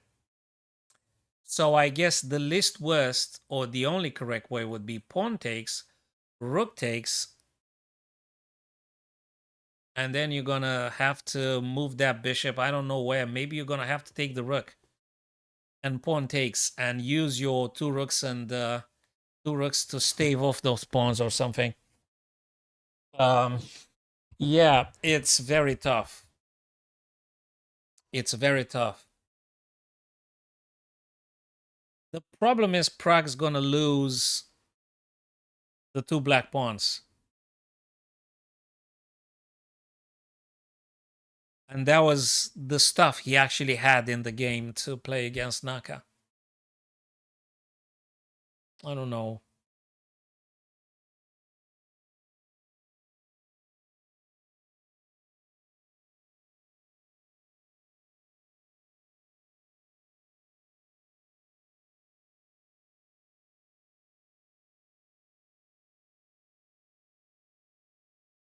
Hello there, Alex.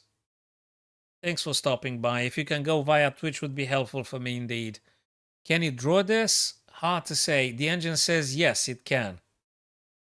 The engine says yes. So Prague now gave up on the C file. He moved over to the A. Hold on to the pawn. You can't take it because obviously you're gonna lose the rook. So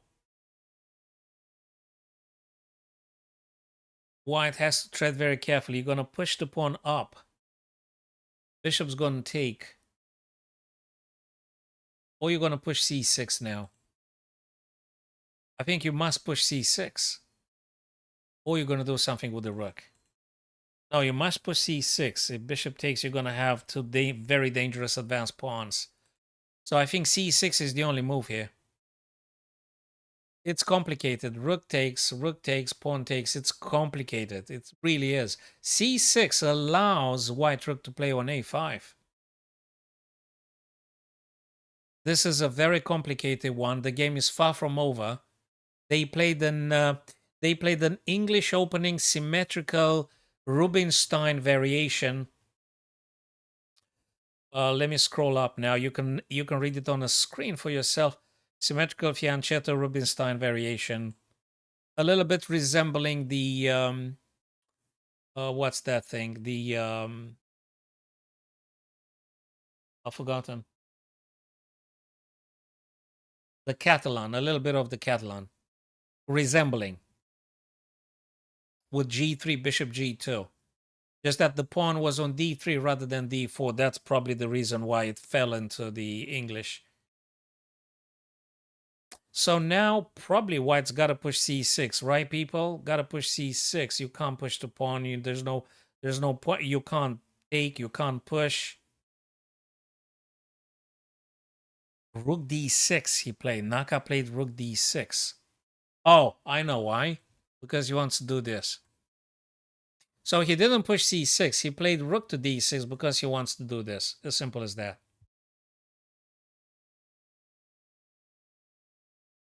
That's what it is. And the engine says minus 0.14. Prague is back in the game now. Well, he was always back in the game. But the balance has slightly shifted. The black bishop became again incredibly dangerous. White can trade off at any moment with bishop c4, and you just annihilate the bishop immediately. But I think Naka wants to simply slide the rook over to the a file and get rid of that rook. And yes, of course, he also has to push this guy forwards. Probably want to get rid of the bishop, get a king closer. It's very dramatic. And we've had this before, guys. It's a situation in which Nakamura is like 5 minutes and the other guy is 10.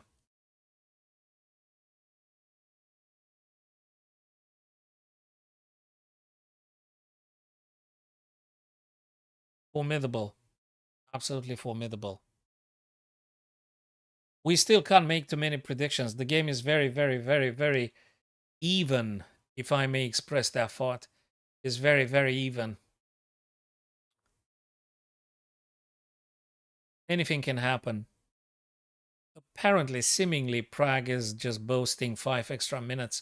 It does take the pawn now. So I reckon Nakamura has to play rook a6, right? Or is there another crazy move? Rook a6, which Prague might be playing a couple of things, amongst them rook b8, a8.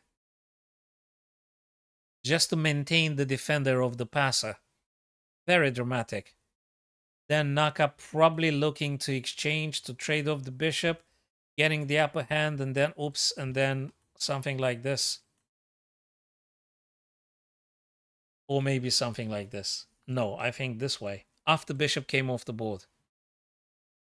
Naka gonna keep the rook on a1, stopping this guy.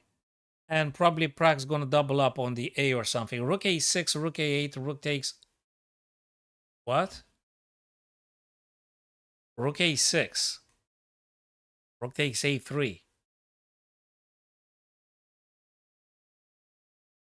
Sorry, you losing a rook here? Rook takes a3, rook takes a3.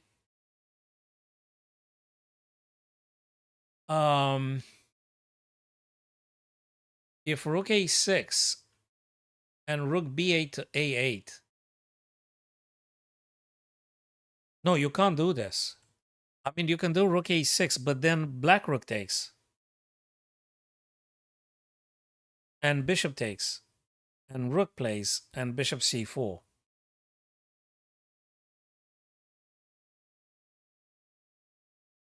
So we've established that white plays rook d6 to a6, right? I mean, it's got to be played. Okay, let me just play it. What do you want to play with white here? Oh my god, what's going on? Is it because after rook takes... No, it's because after rook takes, we got this? Or this? Rook a1 to a3. Oh my god, yes, that's a disaster. Yes, it's a disaster. For black, that is. Yes. Yes, that's true. Yes, that's true. So rook a6 and actually black rook takes and bishop takes. So let's just do it this way. Rook a6, rook takes, bishop plays. What are you going to play with white here? Sorry, with black. If you do this kind of stuff, again, I think rook takes is the end of the road. You can't play on the a, right? So after bishop takes, oh, you got to play this? Pushing the pawn? It could be. Then this. Ah, the engine doesn't like it. The engine doesn't particularly like it. Minus 0.70. That's a possible scenario. But nevertheless, I think Naka would be going with rook a6 now. He has to play rook a6. There's nothing else for white to do. If you don't, you're practically going to lose.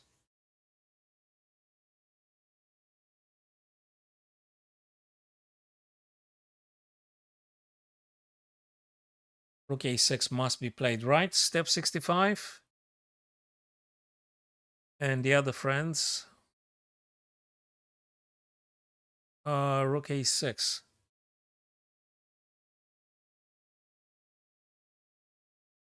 Okay, 8 minutes for Prague and 4 minutes and something for Naka.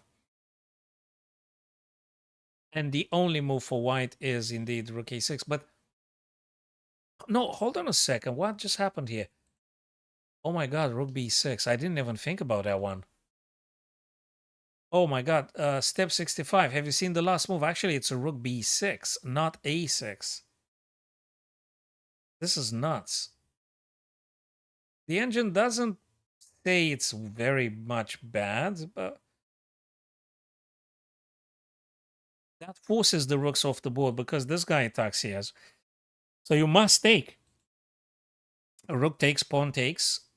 Rook being attacked. You can't do a6, so you... Ah, I see why. I've seen it now why. He played rook b6 because black rook sort of has to take, I guess. You can't move the other rook because I'm going to take here, you're going to take here, you're going to take here, I'm going to take here. Looks very good for white. So rook b6 forces black rook to capture. Pawn takes. You can't play rook a6 because the bishop takes straight away. So rook takes, pawn takes, rook b7. And if rook b7, the white rook takes on a3. So taking the pawn, threatening this guy, and looks very good. Rook a8 ideas, all sorts of stuff, and actually looks very good. So that's the reason Naka played rook d6 to rook b6. I think it's a very good thought. It's a very good move. Sort of forcing black into trading. And Prague has to tread very carefully at this stage. What should black play, though? I think black should take, right? Rook b6, cb, rook b7, and king c5. Yeah, of course. Absolutely. Yeah, of course. Yeah, but that looks good for white. Step 65. That is good for white. So, all things considered, I think it's very good for white. Why does the engine say minus 0.11? Is there something else for black rather than taking? I don't think so. Are you going to play rook a7 to a8? Although it's painful to do that. You can't do this, right? Let's ask the engine then.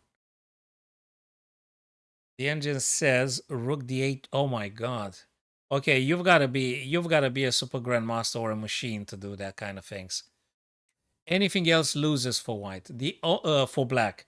The only move is rook d8 check. This is crazy. The only move is rook d8 check. And after king c3, bishop f7. This is nuts, nuts, nuts. Absolutely crazy nuts moves. The only way for Prague to stay in the game is to play rook d8 and then the bishop goes on f7. I mean, you've got to be a machine or you've got to be a super grandmaster to do that. If Prague touches the rook, he's going to lose. The position gets very worse for Prague if he takes the white rook. This is a different level. Anything black plays loses, the position gets incredibly bad. Anything. I'm pretty sure if I'm playing now, rook takes b6 is gonna go with the fat plus. Look at this. Look at this. Exactly as I said. It's a disaster for Prague to take the rook on b6 because the position is getting incredibly bad. So, because exactly as we ourselves seen, after y king gets the c5 square defending this pawn, it's a disaster for black. It's incredibly bad. You can't, because bishop comes here attacking your guy. It's a disaster. So the only way for black is check and bishop f7. Unbelievable. Absolutely unbelievable. Oh my, what? Oh my God, they drew. I'm pretty, okay, they just drawn. I'm pretty sure if Prague was able to actually envisage check and bishop f7, he would have kept playing. I think. Yeah, I think they just finished all the mental stamina and they put it a pause. It's just getting crazy, crazy consumptive. And mentally they just took a break. This is absolutely crazy. This and this. This is absolutely crazy position. Wow. Thank you very much, Step 65. Thank you very much, Kalix. You were at some point. Thank you, Alex. Thank you. Who was that? There was another friend of ours, Kingdom. Well, okay, these guys with the sales and things. Clint Chess was very kind of him. They have stopped today. And Pranav. Thank you very much, fellas. I'm gonna see you people tomorrow again. Maybe Step 65. Maybe tomorrow, if you bring over a couple of your pals, we can discuss together the Super GM's games. You never know. Maybe it'll get very, very, very fruitful indeed, as it was today. And I think you mentioned a couple of fabulous ideas. I think you've been absolutely instrumental to increase the understanding. Fabulous ideas, superb subtleties, and look at the beauty of this position that they drew. I think it's fair. It's fair. Draw is fair. Prague proves how incredible grandmaster he is, and fabulous game. Probably if he envisaged rook d8 and then bishop f7, he would have pushed a bit more with a2 ideas. But anyway, the engine says it's actually quite balanced if black played rook d8. Any other alternative loses for black. Thanks again, guys. And, Step 65, see you tomorrow, maybe 1 p.m. And we're going to do some more stuff together, all right? Online, discussing chess topics and moves. Grandmaster stuff, that is.